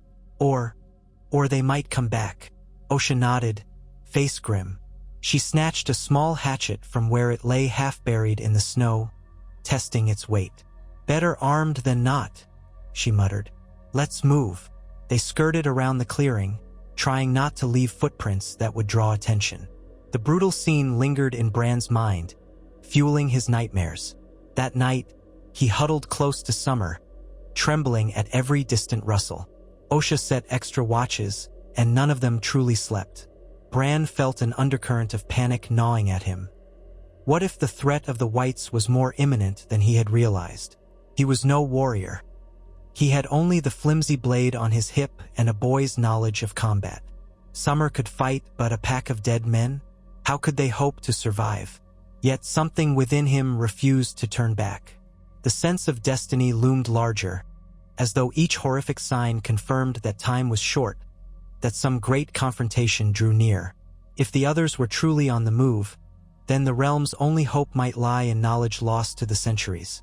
Knowledge that the green seer and the children of the forest alone possessed. The old gods, the weirwoods, the bond between man and direwolf. Perhaps that was the key to stopping the long night from descending again. On the next day, as they traversed a ridge overlooking a narrow valley, the clouds overhead finally broke. Snow began to fall in a soft, relentless hush. Soon, the air was thick with dancing flakes, and visibility dwindled. Osha cursed. "We need shelter," she said, her voice muffled by the swirling storm. "This could turn into a blizzard." Bran squinted into the white haze. "There," he said, pointing to a faint shape along the valley wall, where the rocks seemed to form a ledge or a cave. They descended carefully, half sliding down the slope, kicking up powder with each step. Summer bounded ahead, sometimes disappearing entirely from view, then reappearing with snow coating his muzzle. They reached the stony outcrop. Indeed, there was an opening in the rock face, a narrow crack that looked like it might widen inside. Osha tested it with her spear, peering in. Big enough, maybe. Let's see if it's empty. Hodder lit a torch from the small flint kit they carried. The flames sputtered in the chill air, but held. They ducked into the cave, an odd hush enveloping them as the wind's howl muffled outside. The passage was damp and smelled of earth and old moss. They advanced slowly, the torch casting flickering shadows on the rough stone walls. After a few dozen paces, the passage opened into a small chamber, high-ceilinged and scattered with stalagmites. Osha exhaled with relief. Empty, or so it seems. She glanced at Bran. We can wait out the snow here. They gathered near the mouth of the chamber, building a small fire from what dry kindling they had left. Outside, the blizzard roared, a near whiteout that devoured all sound. Hodder sank onto a rock, muttering "Hodder, Hodder," as if exhausted. Summer curled up near Bran's side. They shared a meal of dried meat and some of the leftover broth Osha managed to warm in a pot suspended over the flames. The flicker of firelight revealed the shapes of the chamber with more clarity. Small hollows in the stone, an uneven floor, faint trickles of water seeping down. And the walls. It was not comfortable, but it was shelter. The warmth, meager as it was, felt like a blessing. After a while, Osha and Hodder dozed, lulled by exhaustion. Bran alone lay awake, the crackle of the fire echoing in his ears. He stared into the darkness, imagining what might lurk beyond the glow. Perhaps the bones of some dead animal, or hidden passages leading deeper underground. A chilly draft whispered from further within the cave, hinting that there might be more to explore. Against his better sense, Bran rose. Summer stirred, raising his head. "Stay," Bran whispered gently, stroking the direwolf's fur. Summer let out a low whine but settled down again, trusting Bran's reassurance. Bran took up a small branch from the fire, letting its end smolder as a makeshift torch. Then he crept deeper into the shadows, drawn by the unknown. The passage was narrow, forcing him to stoop. The faint glow of the branch flickered on damp rock. His breath sounded loud in his ears. He followed the draft, feeling cool air brush past him in intermittent gusts. Maybe there was another entrance or a deeper chamber. He thought of stories about hidden caverns in the north, where the children of the forest once hid. Perhaps this was nothing more than an animal's den. But curiosity and the pull of his dreams urged him forward. Deeper in, the tunnel curved sharply, then descended, its floor slick with moisture. Bran had to place his feet carefully to avoid slipping. Eventually, the tunnel ended in a small cave, the ceiling draped with stalactites. Water dripped rhythmically, forming a shallow pool in the center. He held the flickering torch out, scanning the walls. Something glimmered, a line etched into the stone. He stepped closer, heart thumping. It looked like old carvings, partially worn by time and water. Strange spirals, abstract shapes that might have once been representations of leaves or eyes. The style reminded him vaguely of the runes he'd seen on ancient stones near Winterfell. As he studied the carvings, a sudden gust snuffed out his torch, plunging him into darkness. He gasped, hands scrambling to find the flint in his pouch. But the darkness pressed in, thick and suffocating. He felt along the wall, tension coiling inside him. Then, faintly, he sensed movement, a presence behind him. Bran froze, blood roaring in his ears. Something rustled. Was it the wind? A bat? He heard a faint scraping of stone. Fear surged, and he fumbled for the flint. His numb fingers struck sparks, but each attempt failed to catch. Panic mounted. Summer, he thought desperately, wishing the direwolf were at his side. He tried again, a scrape of steel on flint, and this time a spark caught on the remains of the branch, igniting a tiny flame. In that brief flare of light, he glimpsed a figure, a hunched silhouette, humanoid but unnaturally thin, crouched near the pool. Bran shouted in alarm, raising his torch. The figure scuttled backward with a hiss. Bran staggered, nearly dropping the torch as the flame guttered. When it steadied, the figure was gone, leaving only faint ripples on the surface of the pool. Bran's heart hammered. Had it been a person, or some creature that dwelled underground? A memory of old Nan's tales came to him. The children of the forest, diminutive beings with large eyes, hiding in deep caves. Or had it been something else entirely? He peered around, the flickering flame casting wild shadows. Nothing moved. The pool lay still. Bran swallowed hard. Perhaps it was just his mind playing tricks, fueled by fear. With shaky steps, he hurried back the way he came, determined not to linger in that eerie chamber. He nearly slipped twice, but the memory of that hunched silhouette lent him speed. He emerged into the larger chamber, where Osha and Hodder still slept by the fire. Summer raised his head, ears twitching, as if sensing Bran's alarm. Bran exhaled in a rush, relieved beyond measure to see them all safe and familiar. He did not wake them, unsure what he would say. That he had seen a fleeting shape, possibly a child of the forest, or a ghastly wight lurking underground. He had no proof, and the thought that the creature might have been a child of the forest gave him a strange, contradictory rush of hope. They were said to be guardians of the old gods, skilled in magic and hidden knowledge. If any beings could help Bran understand his visions, it would be them.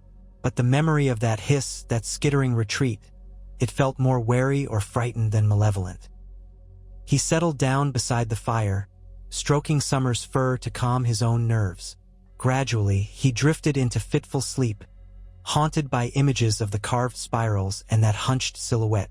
He felt as though he had brushed the edge of something ancient, a secret older than men.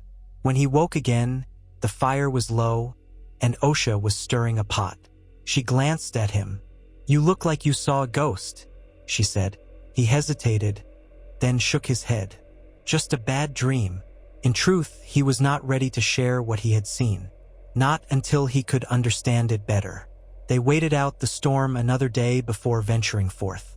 Outside, snow piled in drifts that reached Bran's chest. The going was slow, each step sinking them into powder that had to be waded through. Summer bounded ahead, sometimes half vanishing in the snow, then popping up like a seal in icy water. Hodder trudged forward with stoic determination, forging a path for Osha and Bran to follow. Each day seemed a war of attrition against the elements. Still, that inner compass guided Bran onward. He sensed they were gradually angling northeast, the terrain growing more rugged, dotted with rocky outcroppings and hidden valleys. At night, Bran's dreams intensified. He dreamed of being Summer, stalking through silent groves, sniffing at the tracks of unknown creatures. He dreamed of weirwoods with faces that seemed alive, shifting expressions from sorrow to anger to a strange serenity. Always the raven called to him. One dawn, though the difference between dawn and night was slight, Bran woke to Osha shaking him. "Get up," she hissed. Her tone bristled with urgency. Bran jolted upright. Summer was already on his feet, ears flat against his skull. Hodder stood wide-eyed. "Footprints," Osha said, gesturing outside their makeshift shelter beneath a rocky overhang. "Lots of them, men, or worse." Bran scrambled to his feet, peering out. Sure enough, fresh tracks crossed the snow in a wide arc, encircling their camp from a distance. It looked as if a dozen or more men had passed by in the night. The stride was long, the pattern careful. They had not approached too close, but they had definitely scouted the area. "Wildlings?" Bran asked, voice trembling. "Possibly," Osha said grimly, "or whites led by others. Hard to say in this damned snow, but this can't be good. We need to move." They packed up swiftly and slipped away down a narrow defile, trying to keep the ridge between themselves and whoever might be tracking them. Summer kept pace, occasionally sniffing the air and letting out a warning growl. The morning was tense, each breath laced with dread.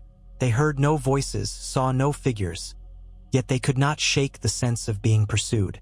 Twice they paused to scramble up rocky ledges, hoping to mask their trail. The second time, Osha paused at the top and stared behind them for a long while. Bran joined her, heart pounding.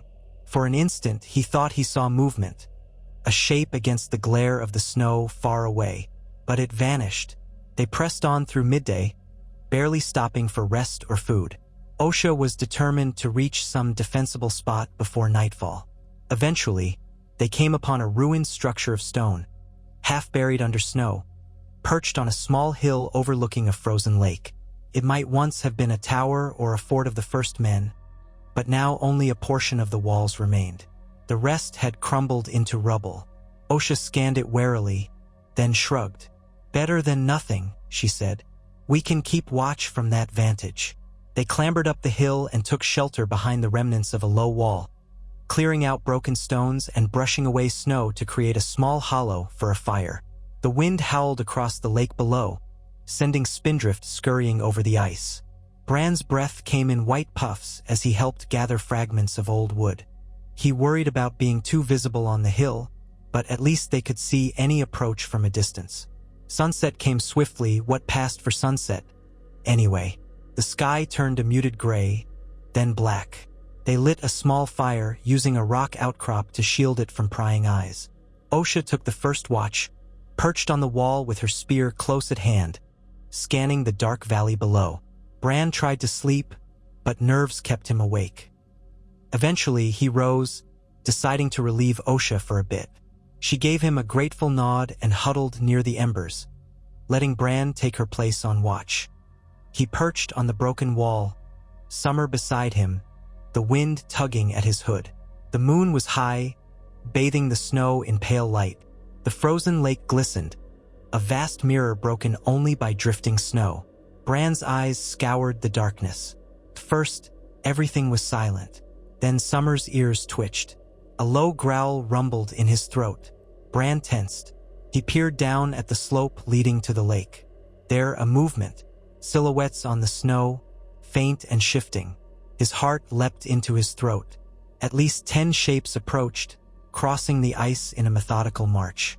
Even at this distance, Bran sensed something wrong in their gait. Jerky, uncoordinated. The moonlight glinted off them. He leaned forward, dread surging. As they came closer, he saw that some were missing limbs or wore ragged, blood-stained clothing. Their eyes glowed with a faint, eerie luminescence. Whites. Bran scrambled down from the wall, heart hammering. "Whites!" he hissed to Osha, who sprang to her feet, spear in hand. Hodder moaned in terror. "Hodder! Hodder! Gods be good!" Osha breathed. 10 of them? Maybe more. Bran nodded. "They're heading this way. We have to." Before he could finish, the whites reached the base of the hill. The faint crunch of snow carried in the stillness. Some were the corpses of wildlings, by their tattered garb, but one wore the black remains of a night's watch cloak. Another looked as though half its skull was missing, yet it staggered on regardless. Their eyes burned with an unnatural glow. Their teeth gnashed in silent hunger. Osha cursed under her breath. "We have no choice but to fight or flee." "Flee where?" Bran rasped, panic swelling. The wilderness offered no safe haven, and the whites moved steadily, unfeeling, unstoppable unless destroyed properly. "Dragonglass, we have none. Only fire." Osha gripped her spear. "We can try to burn them or hack them to bits. If we're lucky, we can hold them off or slip past." Hodder trembled, tears gathering in his eyes. Summer bared his teeth, a feral snarl echoing off the stones. Bran's mind raced. Could they outrun whites in the deep snow and darkness? Unlikely. They might have to fight. He felt for the small dagger at his belt. He was no warrior, but he would not let these creatures take him. He would die fighting if he must. The first white crested the hillside, a wildling woman with matted hair and hollow cheeks. She lurched forward, hands grasping. Osha hurled her spear, catching it in the chest. Staggered but did not fall. She cursed, lunging to yank the spear free. The creature clawed at her, fingers stiff with rigor mortis. Osha twisted away, sweeping the spear around to knock the white's legs out from under it. Bran rushed forward, brandishing a burning brand from the fire. He shoved it into the Wight's face. The dry, rotted flesh caught briefly, sending up a foul stench. The creature jerked violently, but Osha managed to drive the spear into its neck, pinning it to the snow. Summer leapt in with snapping jaws, ripping at the Wight's throat. Finally, it went still, but more were coming. Hodder let out a frightened shout as two Wights clambered over the rubble. One wore a black cloak, half its face eaten away. The other looked like it had once been a tall man, now bent and twisted by death. Bran ran to Hodder's side, thrusting the flaming brand at them. The Wights flinched from the flame. Summer launched himself at the tall one, and they tumbled back over the wall. Osha engaged the black-cloaked Wight, jabbing with her spear. The Wight seized the shaft, nearly yanking it from her grasp. She spat curses, wrestling to keep control. Bran glimpsed movement out of the corner of his eye, a Wight creeping around to flank them. He whirled, brand at the ready. Too late. The creature lunged, bony fingers brushing his cloak. A flash of steel. Suddenly, the Wight's torso jerked sideways, severed in two. Bran staggered back as the top half of the Wight crumpled. Standing behind it, sword in hand, was a cloaked figure with bright, watchful eyes. Another slash, and the Wight's head fell free. Bran gaped in astonishment. The newcomer pivoted, cloak swirling, and rushed the Wights assaulting Osha. In swift strokes, they lopped off arms and legs, moving with uncanny grace. Osha took advantage of the distraction, plunging her spear through a Wight's skull. Summer returned, muzzle slick with blackened gore, to join the fray. Hodder cowered behind a broken stone, clutching a sword he barely knew how to swing, moaning Hodder, Hodder. Within moments, the Wights lay scattered in pieces across the snow, twitching in unholy spasms. "Burn them!" the newcomer barked, voice sharp. Bran recovered himself enough to dash to the fire, grabbing brands. He and Osha set about igniting the remains. Flames licked at the rotted flesh, sending up a putrid smoke that curled into the night air. One by one, the Wights fell into final stillness. Only then did Bran turn to face their savior. The figure stood near the largest cluster of burning corpses, sword in hand, breathing heavily. The sword was strange, dark metal that shimmered with an eerie sheen, as if it had been forged in some otherworldly flame. The figure wore a thick cloak and hood, half concealing their features. Upon closer inspection, Bran saw the face of a man in early middle age, weathered with pale eyes and a faint scar across one cheek. Icicles clung to the edges of his cloak, and something about him radiated a sense of primal energy. "Thank you," Bran managed, voice shaking. "You saved us." The man regarded Bran with piercing eyes. "You're a Stark," he said softly, as though it were no question. Bran blinked, uncertain how he knew. Then the man's gaze flicked to Summer. "And that's your direwolf. The blood of the first men runs strong in you, boy." Osha, still panting, gripped her spear. "Who are you?" The man slid his sword into a sheath strapped across his back. "I've had many names," he said, "but you can call me Cold Hands." He gestured to the carnage around them. "We should go before more arrive. The others often send Wights in patrols." Bran exchanged a look with Osha, who seemed as bewildered as he felt. Summer sniffed at Cold Hands, then stepped back warily. Cold Hands reached out, letting the wolf smell his gloved hand.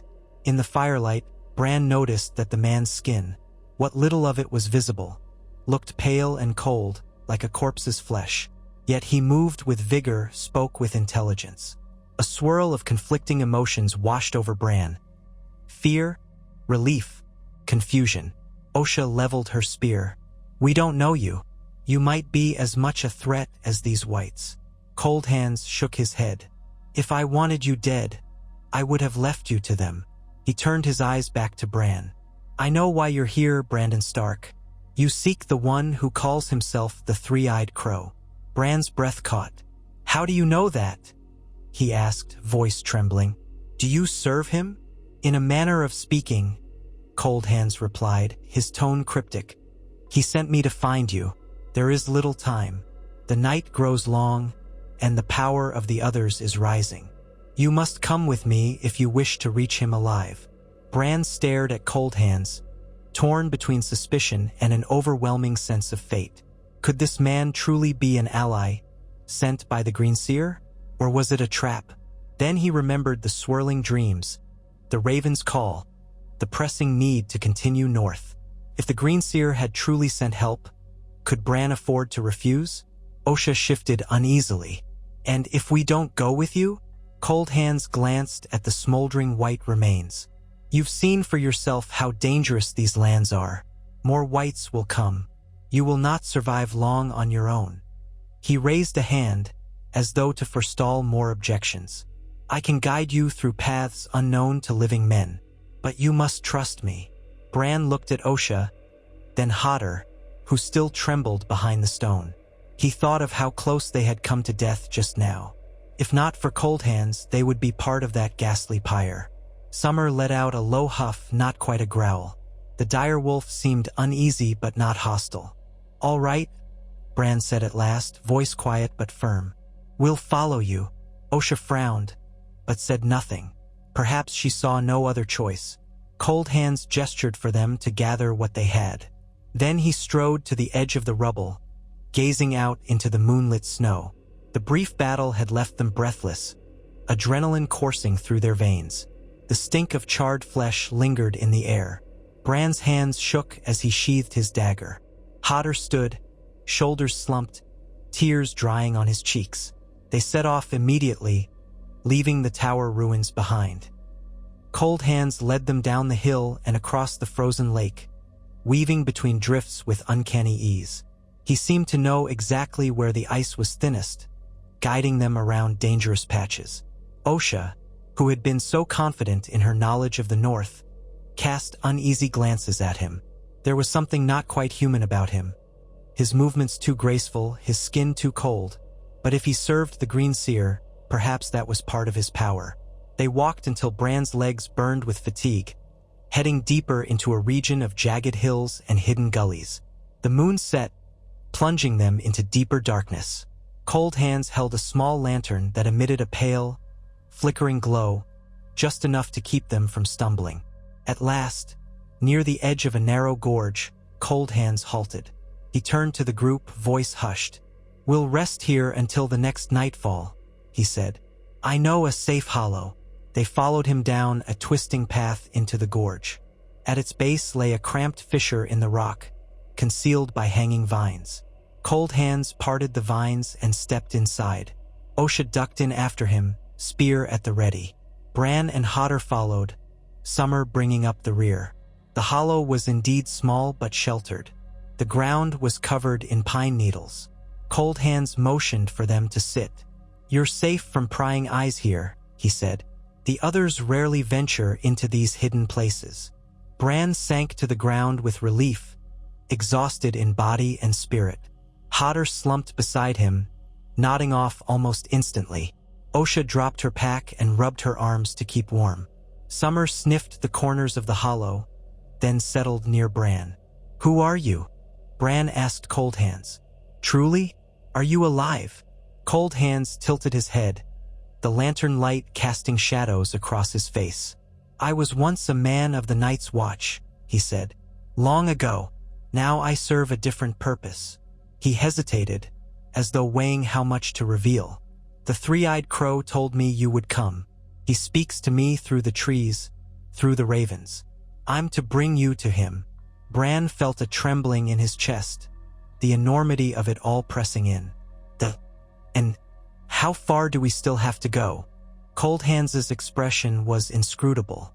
"Far, but the hardest part lies ahead. There is a cave nestled beneath the roots of a great weirwood. That is where he dwells. We must journey north of the Frostfangs, across a bleak domain where the cold is deeper than death." He paused, eyes narrowing. "Many dangers await, whites, others, and wild beasts driven mad by starvation. But you must reach him. The fate of the living may hinge upon what you learn." Osha let out a soft scoff, though not unkindly. "You speak in riddles." "Truth often sounds like riddles," Cold Hands replied. Bran glanced at Osha, seeing the fear and fatigue in her eyes. They had already come so far, lost their home, and now faced more peril. "We'll go," Bran said softly. "We've no other choice." Cold Hands nodded. "Rest now. We leave at dusk." He turned away, as if to stand watch at the entrance. Weariness crashed over Bran like a wave.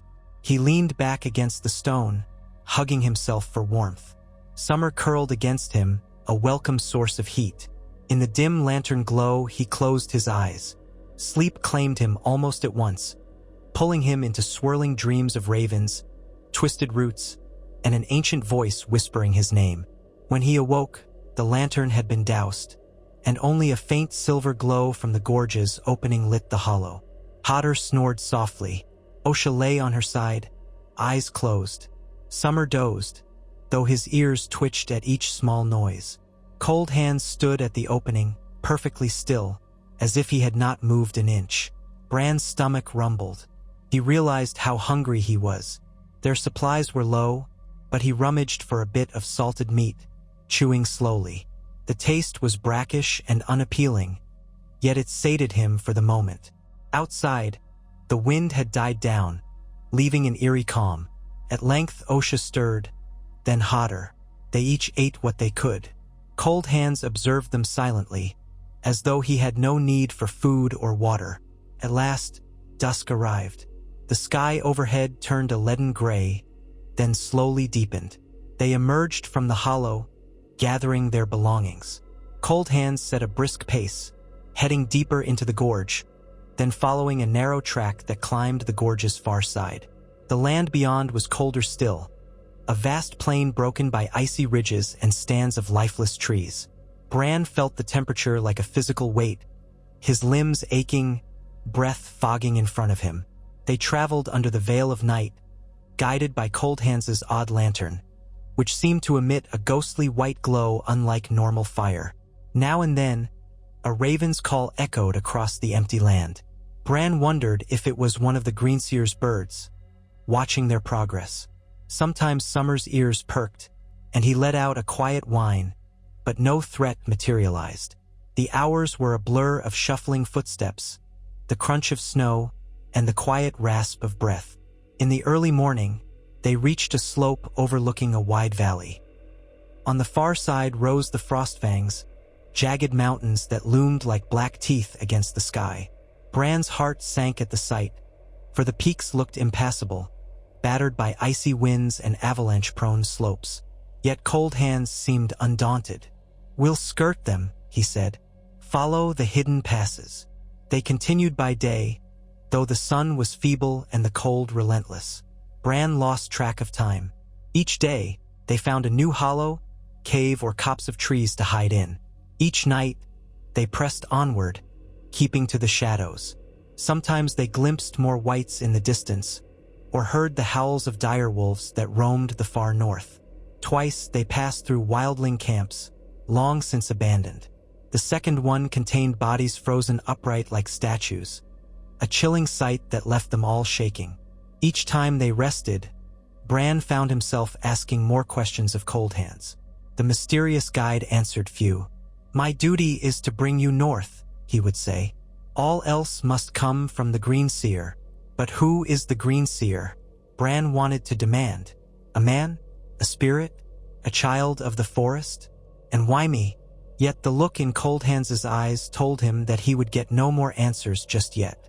One dark evening, as they made their way through a rocky defile near the base of the Frostfangs, Summer stiffened, sniffing the air. Cold Hands held up a hand, signaling them to halt. They listened, hearts pounding. A moment later, a faint voice echoed through the rock walls. A plaintive call, wordless and desperate. Bran exchanged a look with Osha. Was it a trap? Another traveler in peril? The cry sounded again, hoarse and ragged. "Stay here," Cold Hands murmured. He glided ahead, sword at the ready, vanishing around a bend. Bran felt an urge to follow, but Osha grabbed his arm, holding him back. They waited with bated breath, every muscle taut. The voice came once more, fainter this time. Then silence.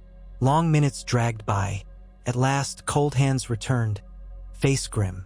"It was a man mortally wounded," he said. "He's gone now." Osha's grip on Bran's arm tightened. "A wildling," Cold Hands nodded. "Likely. I saw no sign of who or what attacked him." He turned to Bran, his eyes reflecting the pale lantern light. "We must keep moving." And so they did, leaving the poor soul behind. Bran felt a pang of guilt and sorrow. He had wanted to help, but in this frozen wasteland, help was a rare luxury. Survival came first. They pressed onward into the gloom.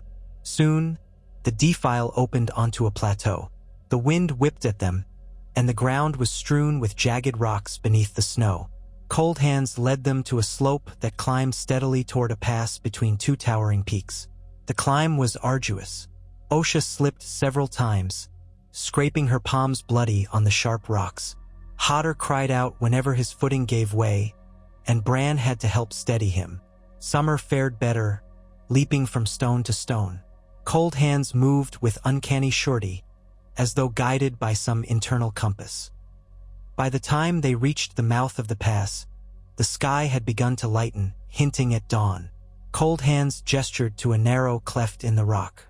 They squeezed through and found a sheltered nook in the lee of a massive boulder. The wind howled overhead, but down here it was almost calm.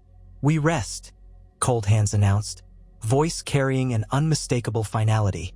"Tonight, we attempt to cross the pass." They huddled together, exhausted. Bran's limbs ached, and the memory of the wounded man's cry lingered in his ears. He wondered how many more tragedies lay scattered across this wilderness. Summer pressed close, offering a semblance of warmth. Osha chewed on a strip of dried meat, eyes distant, as though she too contemplated the cruelty of this land. Hodder slumped into a doze almost at once. Bran tried to find sleep, but his mind churned with questions. If they survived the pass, how much farther would they have to go? And what if they found the cave, only to discover it was all just another story? No, he told himself firmly. The dreams and the raven's call were real. The horrors they had seen confirmed that. Something ancient and deadly loomed beyond the scope of mortal wars. If the Green Seer had answers, Bran would find them, for himself, for his family, for the realm. At length, he drifted off into a fitful doze. He found himself walking in a vast forest, the trees so thick their branches blotted out the sky. Underfoot, roots twisted, forming a maze. A raven hopped along the path, glancing back at him with each step. Bran followed, heart thudding. He rounded a bend in the roots and found himself before a colossal weirwood. It was the largest he had ever imagined, with trunk and branches forming a network of pulsing red veins. A face was carved in the trunk, but it seemed to shift between expressions. Joy, sorrow, rage, hope. Bran reached out, heart pounding, and pressed a hand to the bark. The tree's eyes blinked, and a voice resonated inside his skull. "Come to me," Bran gasped, feeling the warmth of life in the wood, or perhaps a presence behind it. "Hurry," the voice urged. "The cold draws near. You must learn before it is too late." He woke with a jolt, sweat cooling on his brow despite the freezing air. Summer nuzzled his cheek, whining softly. Bran swallowed hard, feeling both terror and awe. The dream had been so vivid. He could still sense the heartbeat of the weirwood. He glanced around. Osha dozed fitfully, and Hodder snored. Cold Hands stood at the cleft, gazing out toward the pass as if standing eternal vigil. Bran rose, pulling his cloak tighter, and approached him. Cold Hands did not turn. "Another dream?" Bran nodded, unsure how the man guessed. "Yes." The strange guide's pale eyes fixed on some distant point among the peaks. "You're closer now to his realm. The calls will be stronger." Bran wanted to ask 1,000 questions. Who is he? Why does he need me? But something in Cold Hands' bearing told him it was futile. Instead, he said, "You've served him for a long time?" Cold Hands was silent for a moment, long enough that the years blur together. "He has waited for you, Brandon Stark, as he once waited for another." "Who?" Bran asked, curiosity piqued. but Cold Hands only shook his head. After a moment, he murmured, "Rest while you can. The pass is dangerous. We'll need your strength." Bran took a deep breath and returned to the shelter of the boulder. He closed his eyes, thoughts swirling. If the Green Seer had waited for him, perhaps it meant there was truly a destiny at play. Yet fear still gnawed at him. The others were real, whites roamed the land, and the war in the south raged on. His family might be in peril. He thought of Rickon, left at the wall, of Robb, fighting a hopeless war against the Lannisters, of Sansa, held captive in King's Landing, of Arya, lost in the chaos. Bran felt suddenly alone, a small boy on a quest far beyond his understanding. But he reminded himself he was no longer a powerless child. He could walk, run, climb. He had Summer by his side, and something older than men guiding him. If the old gods willed it, he would do what must be done. Night fell once more, and they set off, climbing higher into the pass. The wind bit fiercely, and the path was treacherous, a narrow ledge winding around sheer drops. Osha gritted her teeth, carefully placing each foot. Hodder whimpered, pressing his bulk close to the rock face, eyes wide with terror at the plunging depths. Summer moved with careful confidence, though the swirling wind made him crouch low. Cold Hands led the way, lantern held high, sword sheathed but ready. For hours they traversed the pass, the wind's roar echoing off the cliffs. At one point, an avalanche rumbled in the distance, but it did not reach them. Still, the tremor underfoot made them all pause, hearts racing. Cold Hands urged them onward, saying little, pushing them to keep going.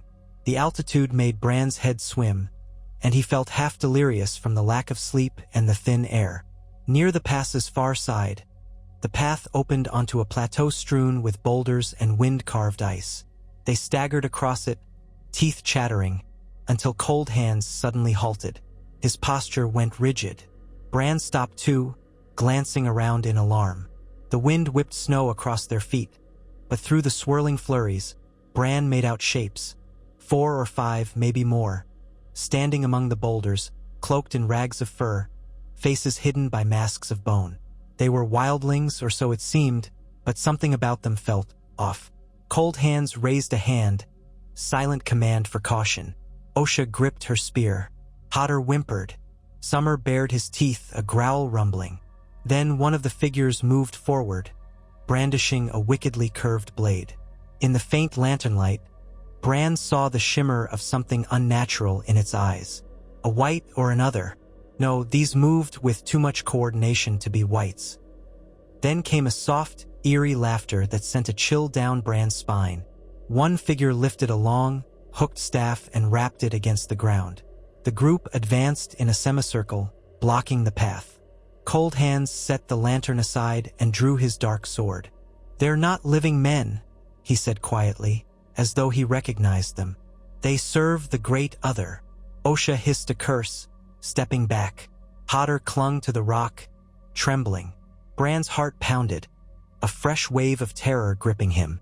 It felt as though an ambush had been laid, as if these figures knew exactly where they would emerge from the pass. The one in front raised a hand, and from within the bone mask came a whispering voice, though the words were unintelligible. A cold wind gusted, swirling around them.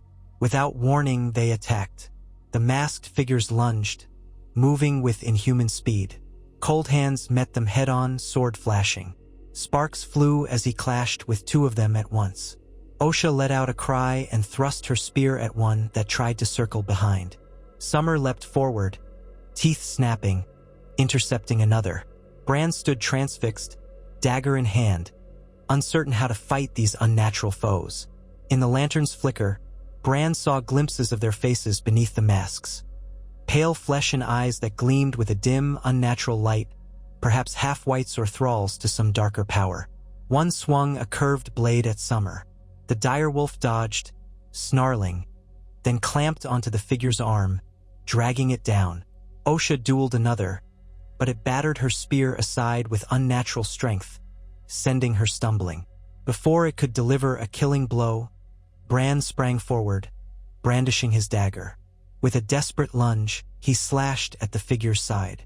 The blade bit, and the creature hissed, turning its masked head toward him.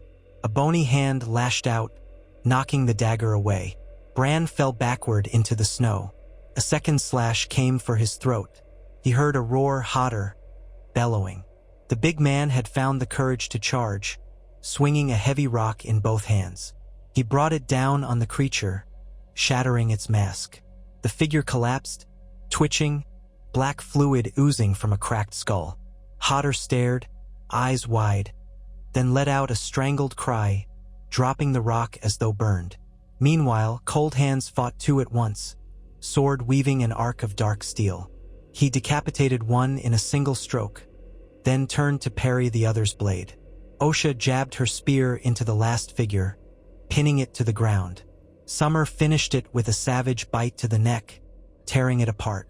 In moments, the plateau was quiet again, save for the wind's howl and the group's ragged breathing. Bran lay panting in the snow, pulse hammering. Osha helped him to his feet. "You all right?" she breathed, voice trembling from adrenaline. He nodded shakily, retrieving his dagger from the snow. The masked figures lay where they fell, twisted forms that smelled of decay.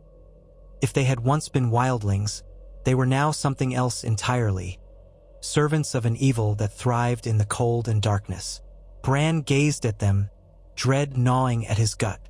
The power of the others was more pervasive than he had imagined, subverting the living, forging new abominations. Cold Hands wiped his sword clean on the snow.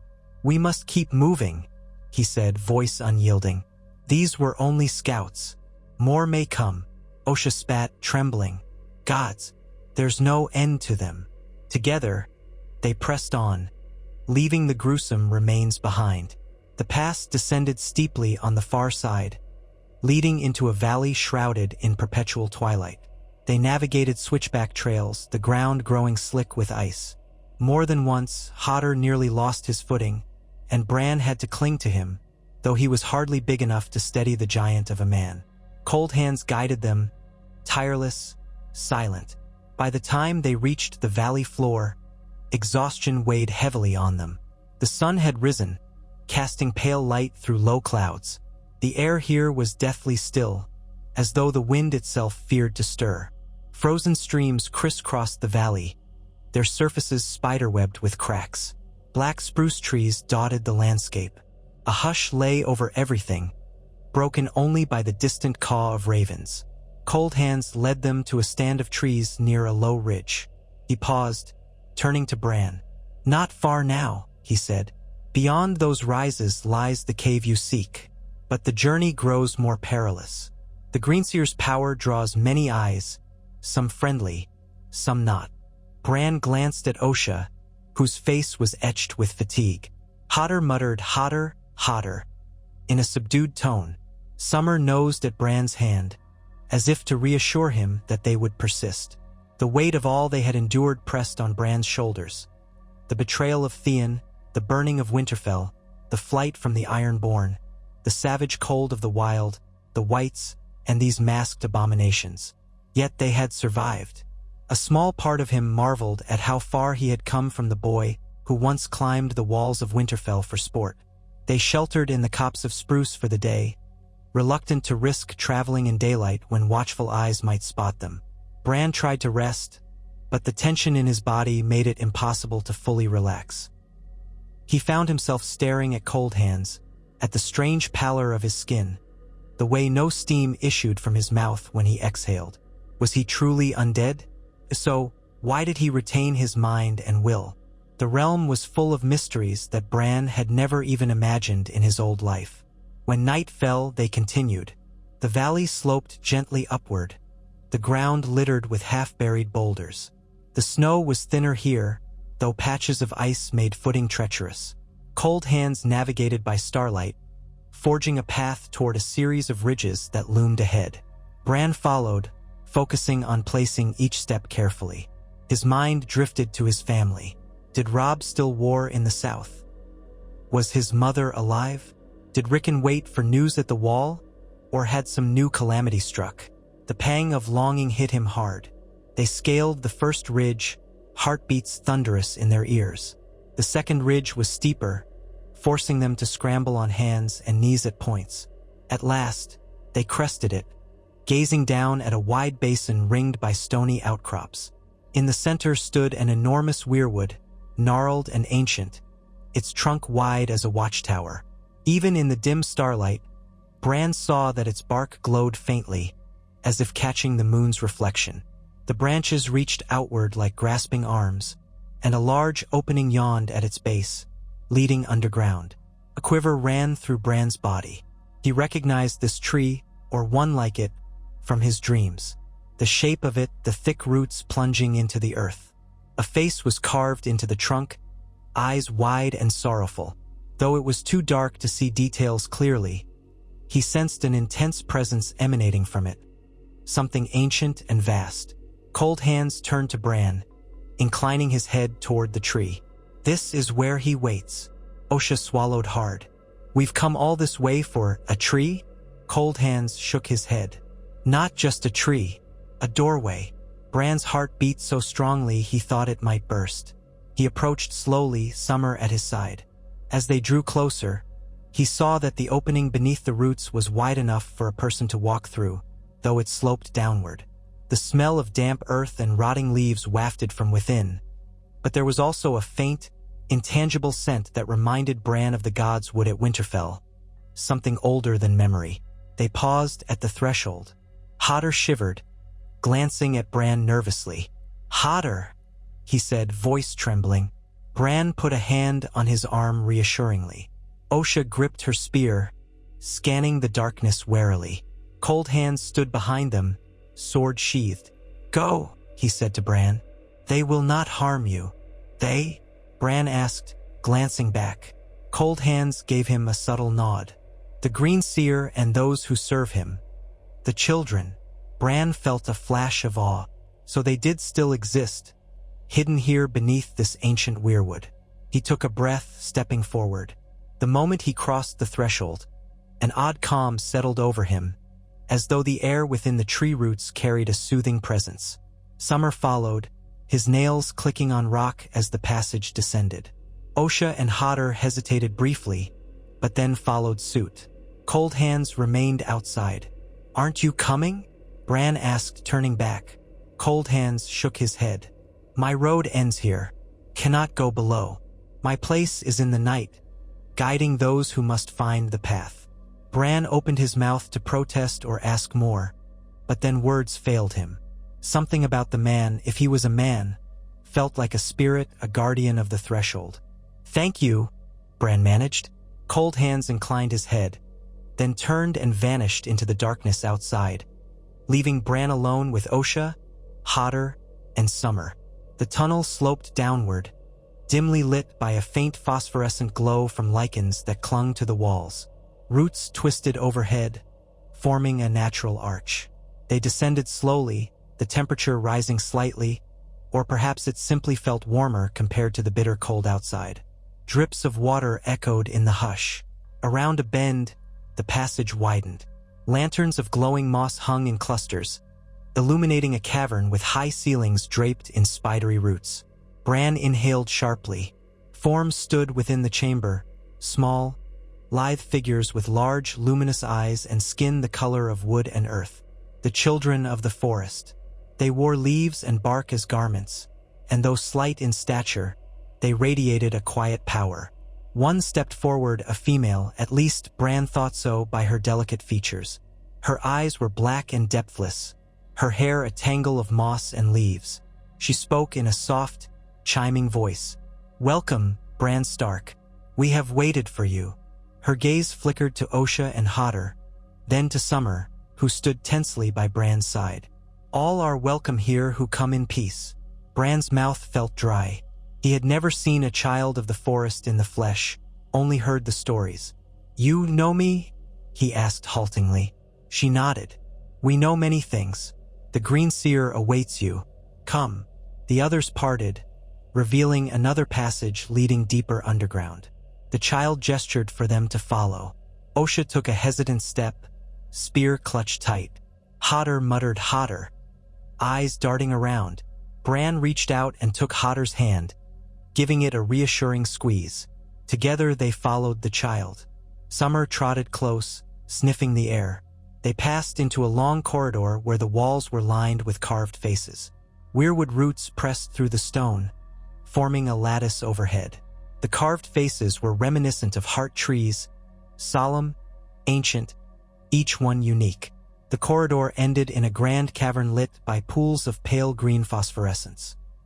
Bran's breath caught at the sight of an immense weirwood root system descending from the ceiling, forming a living canopy. At the far side of the cavern sat a figure embedded in the root, half hidden by twisting wood. He was old, older than old, his hair and beard white as fresh snow, skin drawn tight over a skull that looked half decayed. Yet his eyes gleamed with a piercing red light, as though the sap of the weirwood coursed through his veins. The child leading them stepped aside, bowing her head. "He is here," she murmured. The ancient figure stirred, turning his head with evident effort. His voice, when it emerged, was soft yet resonant, echoing in Bran's mind as much as in his ears. "Bran Stark," he said slowly. "At last." Bran stepped forward, heart thundering. He knew somehow that this was the three-eyed crow, or as the stories might call him, the last green seer. Osha hung back, uneasy, while Hodder gaped. Summer stood with hackles partially raised, uncertain. "You've called me in my dreams," Bran said, his voice trembling. "I saw the raven. I followed it here." "Yes," the old man whispered, "because this is where you must learn. The darkness is rising. Winter's wrath. The others. The realm tears itself apart, blind to the true threat. You, Bran Stark, carry within you the gifts of the Green Seer, the power of the old gods. You will see and you will fly." Bran swallowed, stepping closer. He could see that the old man's body was fused with the roots, as though he had grown into the tree. "Fly?" he repeated. "But I'm not a bird." Even as he said it, he recalled the dream of the crow urging him to fly when he was younger, long before he left Winterfell. Back then, it seemed mere fantasy. The Greenseer's eyes gleamed. "Not with wings of flesh, with the wings of your mind. You have walked in your wolf's skin, have you not?" Bran felt a stir of understanding. His dreams of summer, the sense of being inside the direwolf, seeing through his eyes, feeling what he felt. "Yes," he admitted quietly, "but I don't know how to control it." "Then we shall teach you," the Green Seer said. He extended a withered hand, beckoning. "Come, child of the north. Place your hand upon the root." Bran glanced back at Osha, who looked torn between fear and awe. He thought of turning away, of refusing this strange power. But deep inside, he knew that was impossible. If the others threatened all life, if he could help, he had to learn. Steeling himself, he stepped forward, kneeling beside the ancient man. The gnarled root jutted out, smooth and pale. Bran lifted his hand and pressed it against the wood. It felt warm, pulsing with hidden life. A sudden rush of sensation flooded Bran's mind. He gasped, eyes going wide. He saw a swirl of images, past, present, future all jumbled. The faces of his ancestors, the towers of Winterfell, the crypts, the white fields of the far north, the swirling patterns of the children's magic. He heard echoes of voices. Ned Stark's, calling him to train at archery. Robb's laughing in the courtyard. Catelyn's singing him a lullaby. He saw snowblind peaks, the wall shimmering with ice, a swirl of crows diving through a stormy sky. Then, beyond that, an endless dark, studded with falling stars. The torrent of visions threatened to overwhelm him. At last, the onslaught receded, and Bran found himself gasping for air, tears streaming down his cheeks. He looked at the Green Seer, who watched him with a kind of solemn compassion. "I can show you only the door," the old man said. "You must walk through it. In time, you will master these visions, these gifts, and you will carry the knowledge of ages into the waking world."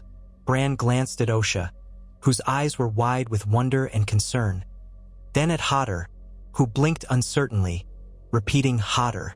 Summer pressed close to Bran, sniffing at the root, as though sensing the power there.